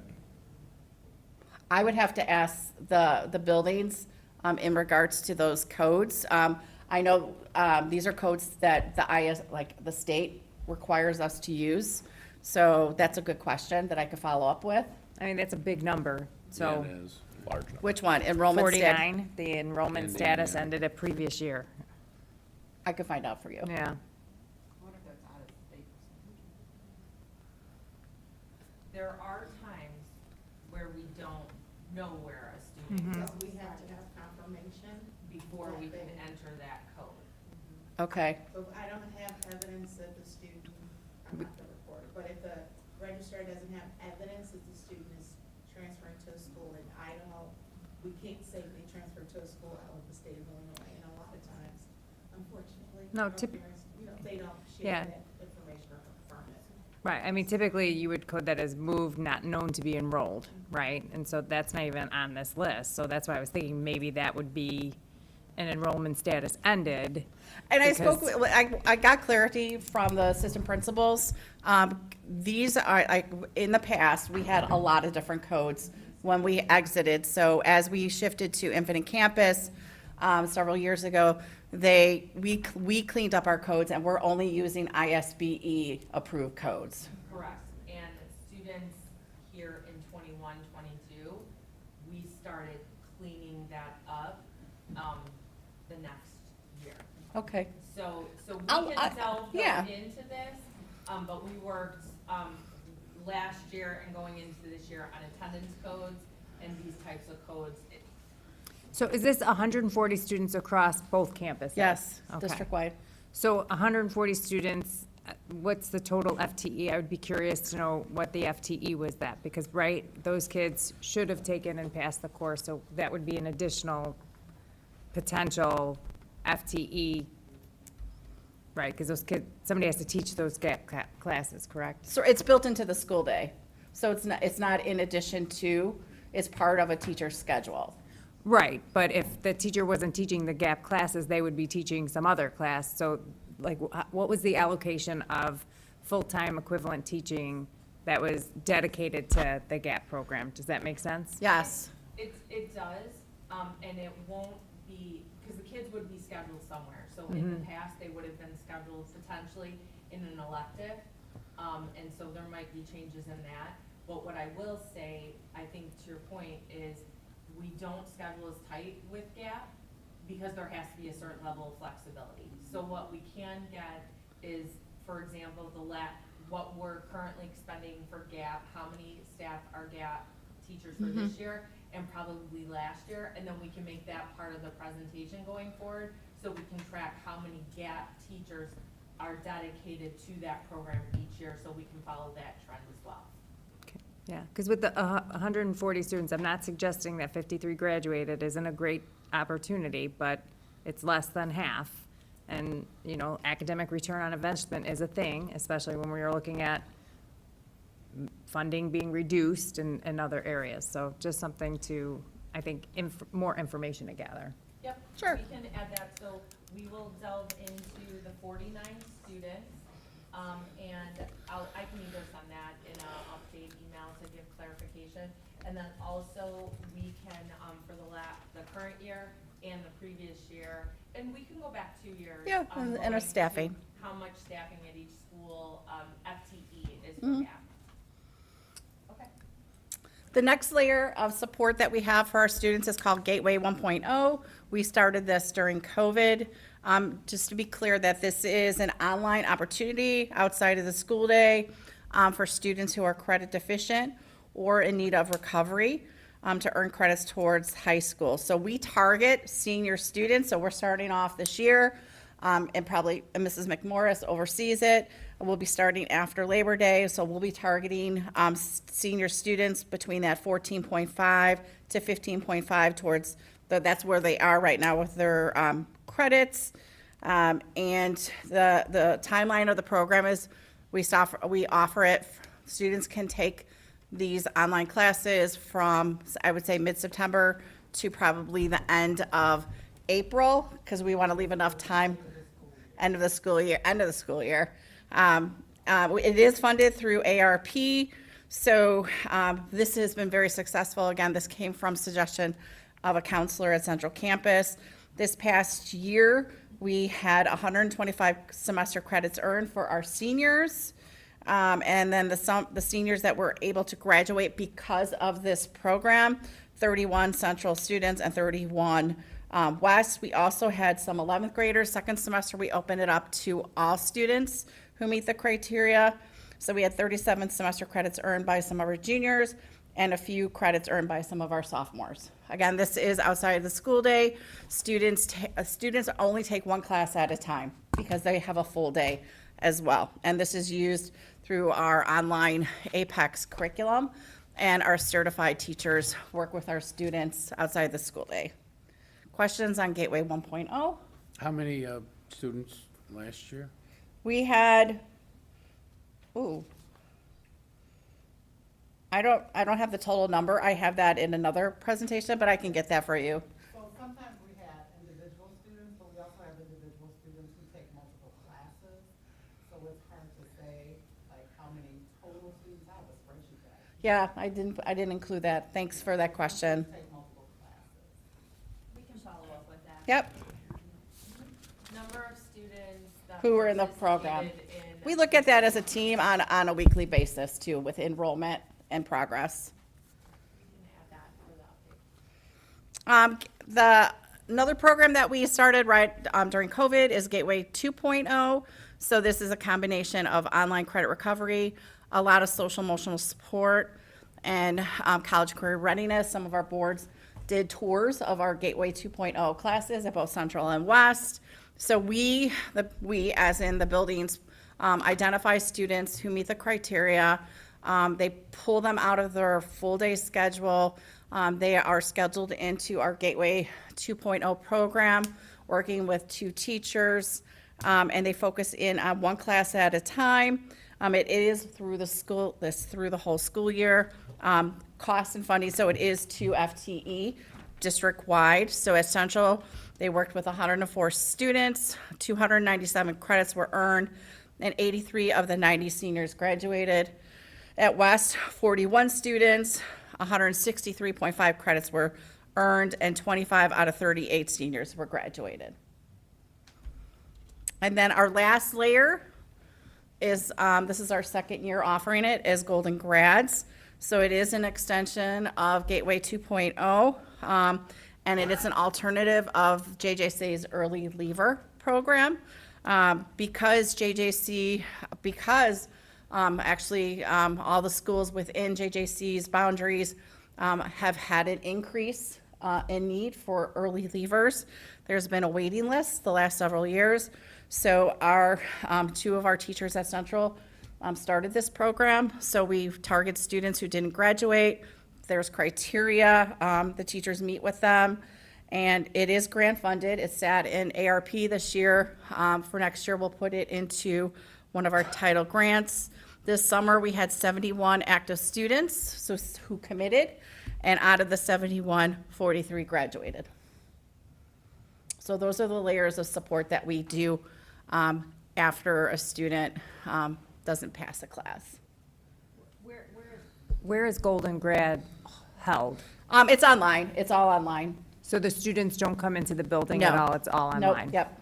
We were, the teachers, and this is what they, we don't do that because these are 18-year-olds. They may be working, and we want to be flexible with their schedule. So they have an orientation that's in person, and then they have scheduled time. So they have a calendar with their teachers of when they check in and when they take assessments.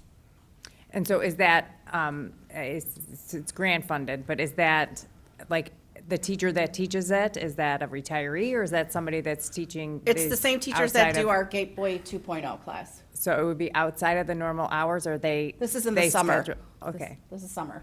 okay. I didn't graduate, so we work from June to July, like almost the end of July. Okay, so it's not technically an early leavers, like they don't need to, like, they're just finishing up a credit or two, they're not, It's for students who would have gone to early leavers, and we work with a small group of students so they don't have to go there because of the wait list. But some students, like, not all of them graduated, so some of them would continue on with early leavers. okay. I do have a concern about Gateway 2.0. Conservatively, you've got 4 teachers teaching that program, so conservatively, $280,000 just in teacher salary. Those, the return on the investment there, with the amount of additional other programs that we do have to offer kids, I don't see how those numbers justify that level of expenditure on that one program. I don't know. I know I brought this up last year when we went through this process too. I think there's even less kids that were in there this year than there were last year. I mean, Joliet West only had 41 kids. So I guess my question would be, what, and we're very open to like other opportunities, but these are kids that aren't going to graduate. We know scheduling them back into their schedule isn't gonna cause them to graduate on time. They need more additional support that's more structured during the school day. I don't know how else we would help them. I mean, we're gonna continue to work on like freshmen on track and going through this. But I guess that would be, my question is, if we were to eliminate this program, that would be 83 kids at Central and 25 kids at West last year that didn't graduate, which would be significant. So that's, And those students, would they still be enrolled? So the overall number would still be there to need that many staff members regardless? it's a higher, Or maybe not the My full issue is amount, but. 4 teachers for that Yeah. number of kids. Why is that not a program that's based in one building and kids get placed there? Or look at opportunities through the Pathways program. I just think there's a lot of replication of services, and I get it. Kids want to stay in their building, they want to do those things, but at what cost? Like, there's a lot of, and I've said this before, there are really great programs here, but there are lots of replication of different programs based on different reasons, and I think that needs to be unpacked. I think that's very fair. And I think, this program and this example and WhatsApp Pathways with the Bravo program, some things were in place before COVID or were launching, and then we were seeing that there was some success, and then these programs occurred after COVID or during COVID. So now this last group that graduated, that was the class, every class for several years is going to be Sure. affected by COVID. But that was at the high school level, the kids that missed the transition at the end of their 8th grade year and did not come to school for most of freshman year. And there were more kids that did not come back to school at Central than West. So I think that's why you see some of those numbers larger too at Central. I think what's in our strategic plan right now, because it still calls for specialized programming for all these different interrupted education kiddos, and there's a lot of different factors that we can look at. How do we expand out to make the FTE go farther? Because I totally understand what you're saying, to either serve more kids and across like 10th grade to 12th grade, and then also to see how some of these interventions that we're putting in earlier with different things within the classroom, with our MTSS structure. So what we're hoping to see is that things start meeting in the middle, but to just take it away right now with the interruption that still occurred, we can see how the numbers are this year, but I think it's very fair. But there's still pieces in our strategic plan that do call for specific programming for, I'm going to say, higher risk students that will take more FTE than placing them in 28 kids per class. So we will, I think the way that Mrs. McDonald set this up, where we can continue to report to the board on success, and then we have the conversation of, is this something we eliminate? Is this something we cut or we do differently and modify? Because all the things you said are true, and then also there's still that the groups within the strategic plan are actually asking us to do more of this. So I think it's continuing to look at this and evaluate it, because you're not going to get an argument from any of us, but what's the perfect recipe? I don't know if we know that yet, but I think in another year and a half, we will have more data to determine, because we've been able to answer some of the questions that were posed. Like this is giving us returns. This might not be giving us enough returns. How do we want to change this? And I think we keep examining that. That would be my best answer.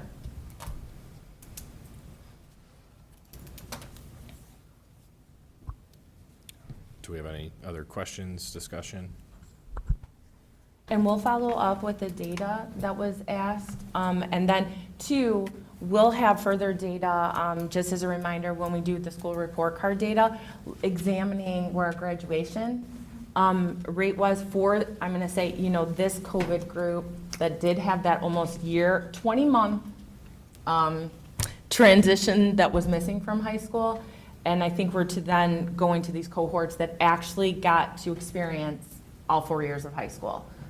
So that's going to be, I think, data we look forward to in the future too. Thank you, Mrs. McDonald. And then the last sharing section. And then our last two, they're not presentations, they're reports. These are annual reports, and we're happy to answer any questions. But what you have is the Summer Bridge Report as well as the Summer School Advancement Report. I just want to say thank you to our CTE teachers. We added that level or that layer to Summer Bridge. So it was not only a focus on numeracy and literacy, but career exploration. So we had our incoming freshmen in auto and foods and doing a bunch of different STEM activities. So you could see too that our attendance was really good in the program. We engaged a lot of our incoming freshmen. So thank you to Mr. McGuffey and Mrs. Pulaski and Mrs. Lopez. Thank you. If there's no further questions, that concludes our superintendent reports. All right. We'll move on to action items, starting with action item A, 2024-2025 agreement between Joliet Township High School and Lewis University. Can I get a motion? So moved. Second? Is there any discussion? I just want to point out that this is a partnership with their nursing students to almost like student teach with our current nurses to get some practicum hours within our buildings. Awesome. Any other discussion? Roll call, please. Mr. Kennedy? Yes. Mr. Fitzpatrick? Yes. Mrs. Lynn? Yes. Mrs. Guerrero Romero? Yes. Dr. Huntington? Yes. Mr. Coffey? Yes. Motion passes. Action item B, agreement between Joliet Township High School and A2BC Legacy Consulting LLC. Can I get a motion? So moved. Second? Discussion. Oh, go ahead. Go for it. I just want to point out that we are providing professional development for our instructional parapros this school year. And because it is such a large group, we had to seek out additional support in this area. And this group has worked with our security staff last school year. The feedback was very good. So they've already had one session with our instructional parapros last week. Feedback was phenomenal, so we're really excited about them working with our team this school year. And is that being paid through IDEA funds? Yes. Or- Yeah, okay. Thank you. Good question. Any further discussion? Roll call, please. Mr. Coffey? Yes. Mr. Kennedy? Yes. Mr. Fitzpatrick? Yes. Mrs. Lynn? Yes. Mrs. Guerrero Romero? Yes. Dr. Huntington? Yes. Motion passes. On to action item C, agreement between Joliet Township High School and Restoring Community. Can I get a motion? So moved. Second? Discussion. Roll call, please. Dr. Huntington? Yes. Mr. Coffey? Yes. Mr. Kennedy? Yes. Mr. Fitzpatrick? Yes. Mrs. Lynn? Yes. Mrs. Guerrero Romero? Yes. Motion passes. Action item D, 2024-25 tentative budget. Can I get a motion to approve? I'll make the motion. All right. I'll second. Perfect. Discussion. Thanks for doing a good job. Yes, thank you, Looks Dr. good. Hamilton, for your work. Roll call, please. Mrs. Guerrero Romero? Yes. Dr. Huntington? Yes. Mr. Coffey? Yes. Mr. Kennedy? Yes. Mr. Fitzpatrick? Yes. Mrs. Lynn? Yes. Motion passes. Action item E, donations. Motion to approve. So moved. Second. Discussion. Like to thank Visitation and Aid Society of Joliet for donating $500 to help maintain Sam's Carrying Closet at Joliet Central. And then huge thank you again. We gave recognition to the Chicago Bears, USA Football, and Matt Eberflus, coach of the Bears, personally helped convert Dr. Guzman to a Bears fan today for their generous donation. Any other further discussion? Roll call, please. Mrs. Lynn? Yes. Mrs. Guerrero Romero? Yes. Dr. Huntington? Yes. Mr. Coffey? Yes. Mr. Kennedy? Yes. Mr. Fitzpatrick? Yes. Motion passes. Action item F, stipend updates. Motion to approve? So moved. Second. I'd like Discussion. to talk about one thing, the mentor stipend. I would like to hold our board members to the comments from last month's meeting, voting for Dr. Guzman's raise and extension. We are in the third largest district, and the teachers should be compensated, but I don't feel like it should be through the mentor process. And the main reason is we pay coaches who teach 2 classes and should have time to mentor. We also have English, math, science, and history curriculum leaders, assistant principals, 4 or 5 academic coordinators who all could mentor. So that's really all I have to say about that. Okay. I'm not saying a teacher shouldn't mentor, but I just don't think that it should be part of the pay should come from teaching. I think their plate's pretty full already.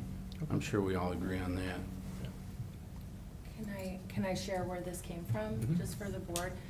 So this was a ask from our union leadership, talking about how we could, again, with our strategic plan, build community. So this is associated with our strategic plan as well. And so we were seeking out mentor teachers. And then the stipend committee worked on what the plan would be for compensation, because there is an extra requirement for them to check in with staff. So it's not the same work that our instructional coaches are doing and that our curriculum directors are doing, that our academy coordinators are doing.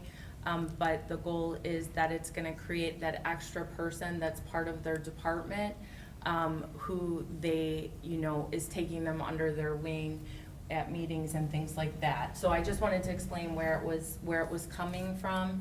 And the expectations are monthly check-ins. We had a kickoff meeting, and then it is the lowest stipends lane on the stipend schedule. But it was an ask from our union, and part of the reason is that over the last few years, we have had more teachers being a higher number of teachers being hired into the district each year, as well as counselors and things like that. And we don't have coaches for counseling and for deans and for social workers. So in order to give everybody the opportunity, this was something that we discussed and the union did ask us about. So that's where it came from. And I'm happy to answer any other questions. So this is an opportunity for teachers to earn more money It is. for additional assignment. Yeah. So all mentors start at step 1, but what about those that have been mentors? So this is the first year. If they continue to be a mentor, then they would have an extra year of service as being a mentor. So we would move them to a different step if they... Different step, but same lane. Got it. So I know that there's several teachers in the retirement queue that have to submit certain number of hours in order to meet their contractual obligations. Are you using retirees who want to be mentors in this program? We could in the future. I don't know if there's anyone that's wanted to be a mentor this year. We asked who wanted to be a mentor, but this is something in the future that they could use hours for. So everybody that said they wanted to be a mentor is gonna be a mentor this year? No, but we only have people being mentors who said they wanted to be mentors. So there was like an interview and a There was an hiring application process, well, there was an all-call, and then looking at what were you an expert teacher? Have you been in the district, so many years so that you could help with it, so. And then we will review it each year, but again, it's due to the large numbers of additional staff, certified staff that we're hiring. And then I did share at Opening Institute Day, as I always do, we celebrate our retirees that are coming up. This next year, we have, I wanna say 12 certified retirees, which is the largest we've seen. And that's gonna continue to be the case for the next few years, because of when people came into the district, so. Are you guys using any type of program for mentoring? I know a lot of districts develop their own, or is it just, are we learning as we go? I know you said there were certain expectations. I would say the 4-year induction program that has been developed and enhanced each year with the instructional coaches, as Mr. Fitzpatrick talked about, we've improved that each year. That is very thorough. It's clearly defined what the expectations are, what work you're gonna do through the evaluation process with your assigned instructional coach, the additional restorative practices you're gonna do. Then there's some choice as you move towards tenure. That is very, very defined.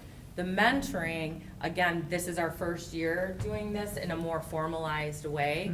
And this is check-ins and then, invitations to go to various events. So it's a small commitment, but the goal is to create, community Right. Yeah, I'm just curious, like, if there was, like, who supervised, like, who would be responsible to sign the timesheet or approve is that building level? And so, yeah, so out of my own curiosity, I'd love to see like the one pager on it.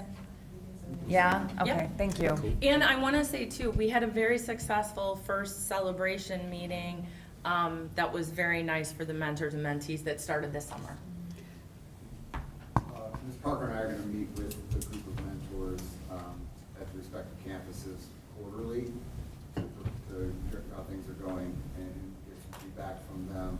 And we're going to ask them to provide us with some data on how frequently they're meeting with their mentees, what sort of questions do they have, what sort of things are they providing them guidance on. Okay. That might inform our induction program, a more structured induction program, like where are some gaps perhaps if we have teachers who have been through that but still are confused about A, B, or C. So, Okay. and then, of course, that will impact moving forward because this is the first year. We're going to then revise this and continue to shape it based on that feedback we're getting and the data we collect. I'm very glad to see this on here. To mentor a new teacher is a lot of time, and it is very consuming to do it, to do a good job about it. And the teachers do deserve to have the pay for putting that extra time, and long term it's going to help with retention and all those different things in that community. And really have someone for that new teacher to go to that's not an administrator or not someone above them. So I think it's a great program, and I'm glad to see it on here. Any other discussion? It's a great discussion. Roll call. Mr. Fitzpatrick? Yes. Mrs. Lynn? Yes. Mrs. Guerrero-Mer? Yes. Dr. Huntington? Yes. Mr. Coffey? Yes. Mr. Kennedy? Yes. Motion passes. Action item G, second reading of updated board policies 1 through 5. Can I have a motion to approve? I'll make the motion. Second. Discussion. Roll call, please. Mr. Kennedy? Yes. Mrs. Lynn? Yes. Mr. Fitzpatrick? Yes. Mrs. Guerrero-Mer? Yes. Dr. Huntington? Yes. Mr. Coffey? Yes. Motion passes. Action item H, second reading of rewritten policies, policy 240, is 1 and 2. Can I get a motion to approve? I'll make the motion. Second. Discussion. Roll call, please. Mr. Kennedy? Yes. Mr. Fitzpatrick? Yes. Mrs. Lynn? Yes. Mrs. Guerrero-Mer? Yes. Dr. Huntington? Yes. Mr. Coffey? Yes. Motion passes. Action item I, second reading of 5-year review, policy 240, line items 1 through 12. Can I have a motion to approve? I'll make the motion. Second. Discussion? Roll call. Mr. Coffey? Yes. Mr. Kennedy? Yes. Mr. Fitzpatrick? Yes. Mrs. Lynn? Yes. Mrs. Guerrero-Mer? Yes. Dr. Huntington? Yes. Motion passes. Action item J, personnel reports, line items 1 through 13. Motion to approve. So moved. Second. Discussion? Roll call, please. Dr. Huntington? Yes. Mr. Coffey? Yes. Mr. Kennedy? Yes. Mr. Fitzpatrick?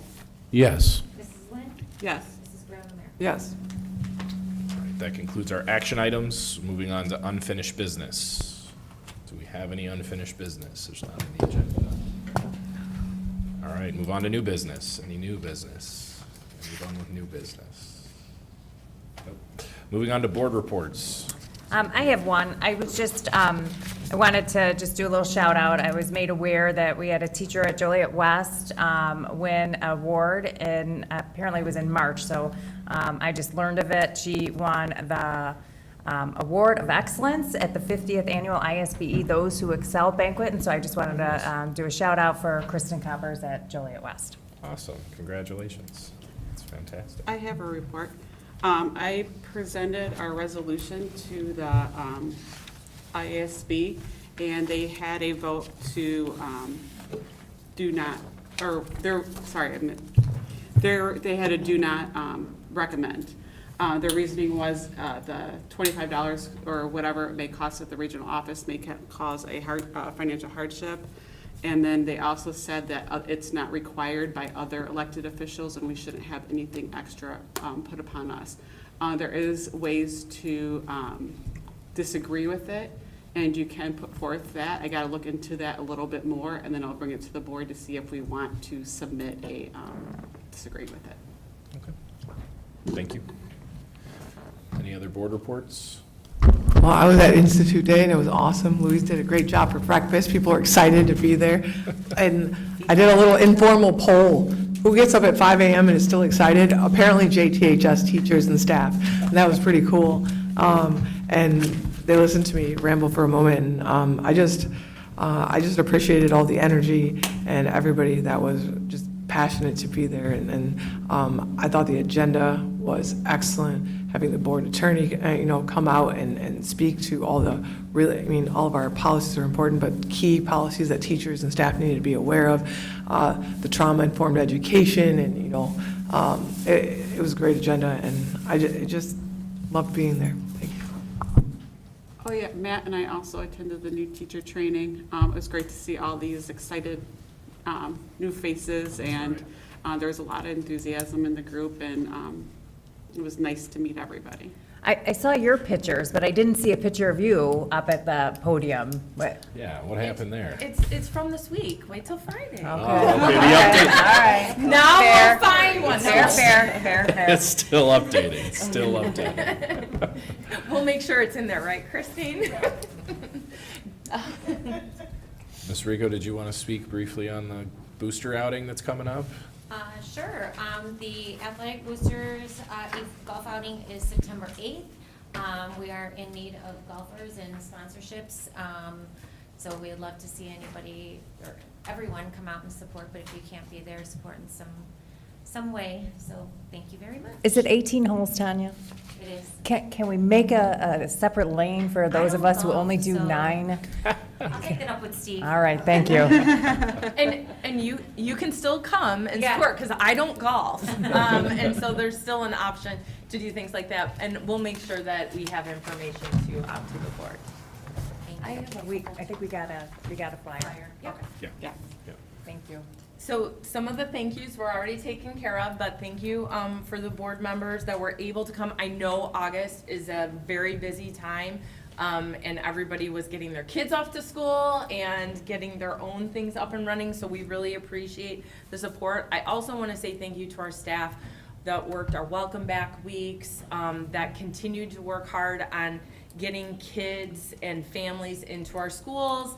I was at both buildings, both days this week. They are still working very hard with that, and so appreciative.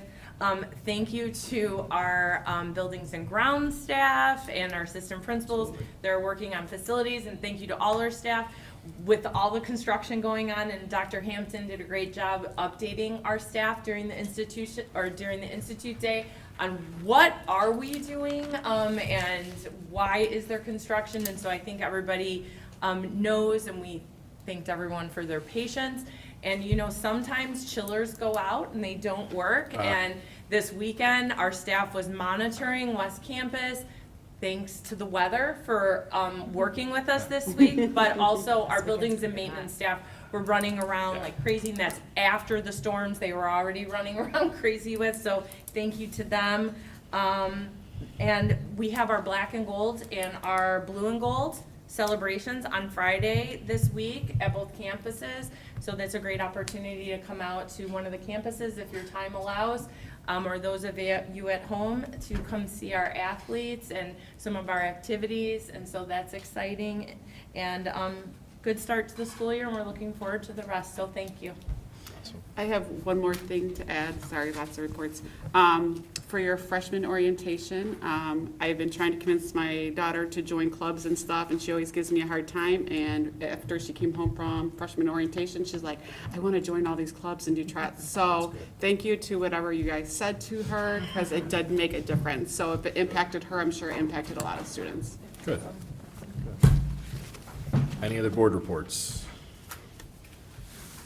And any announcements, public comment? Hearing none, I search for a motion to adjourn. I'll make the motion. Second. All right. By unanimous consent, Hearing no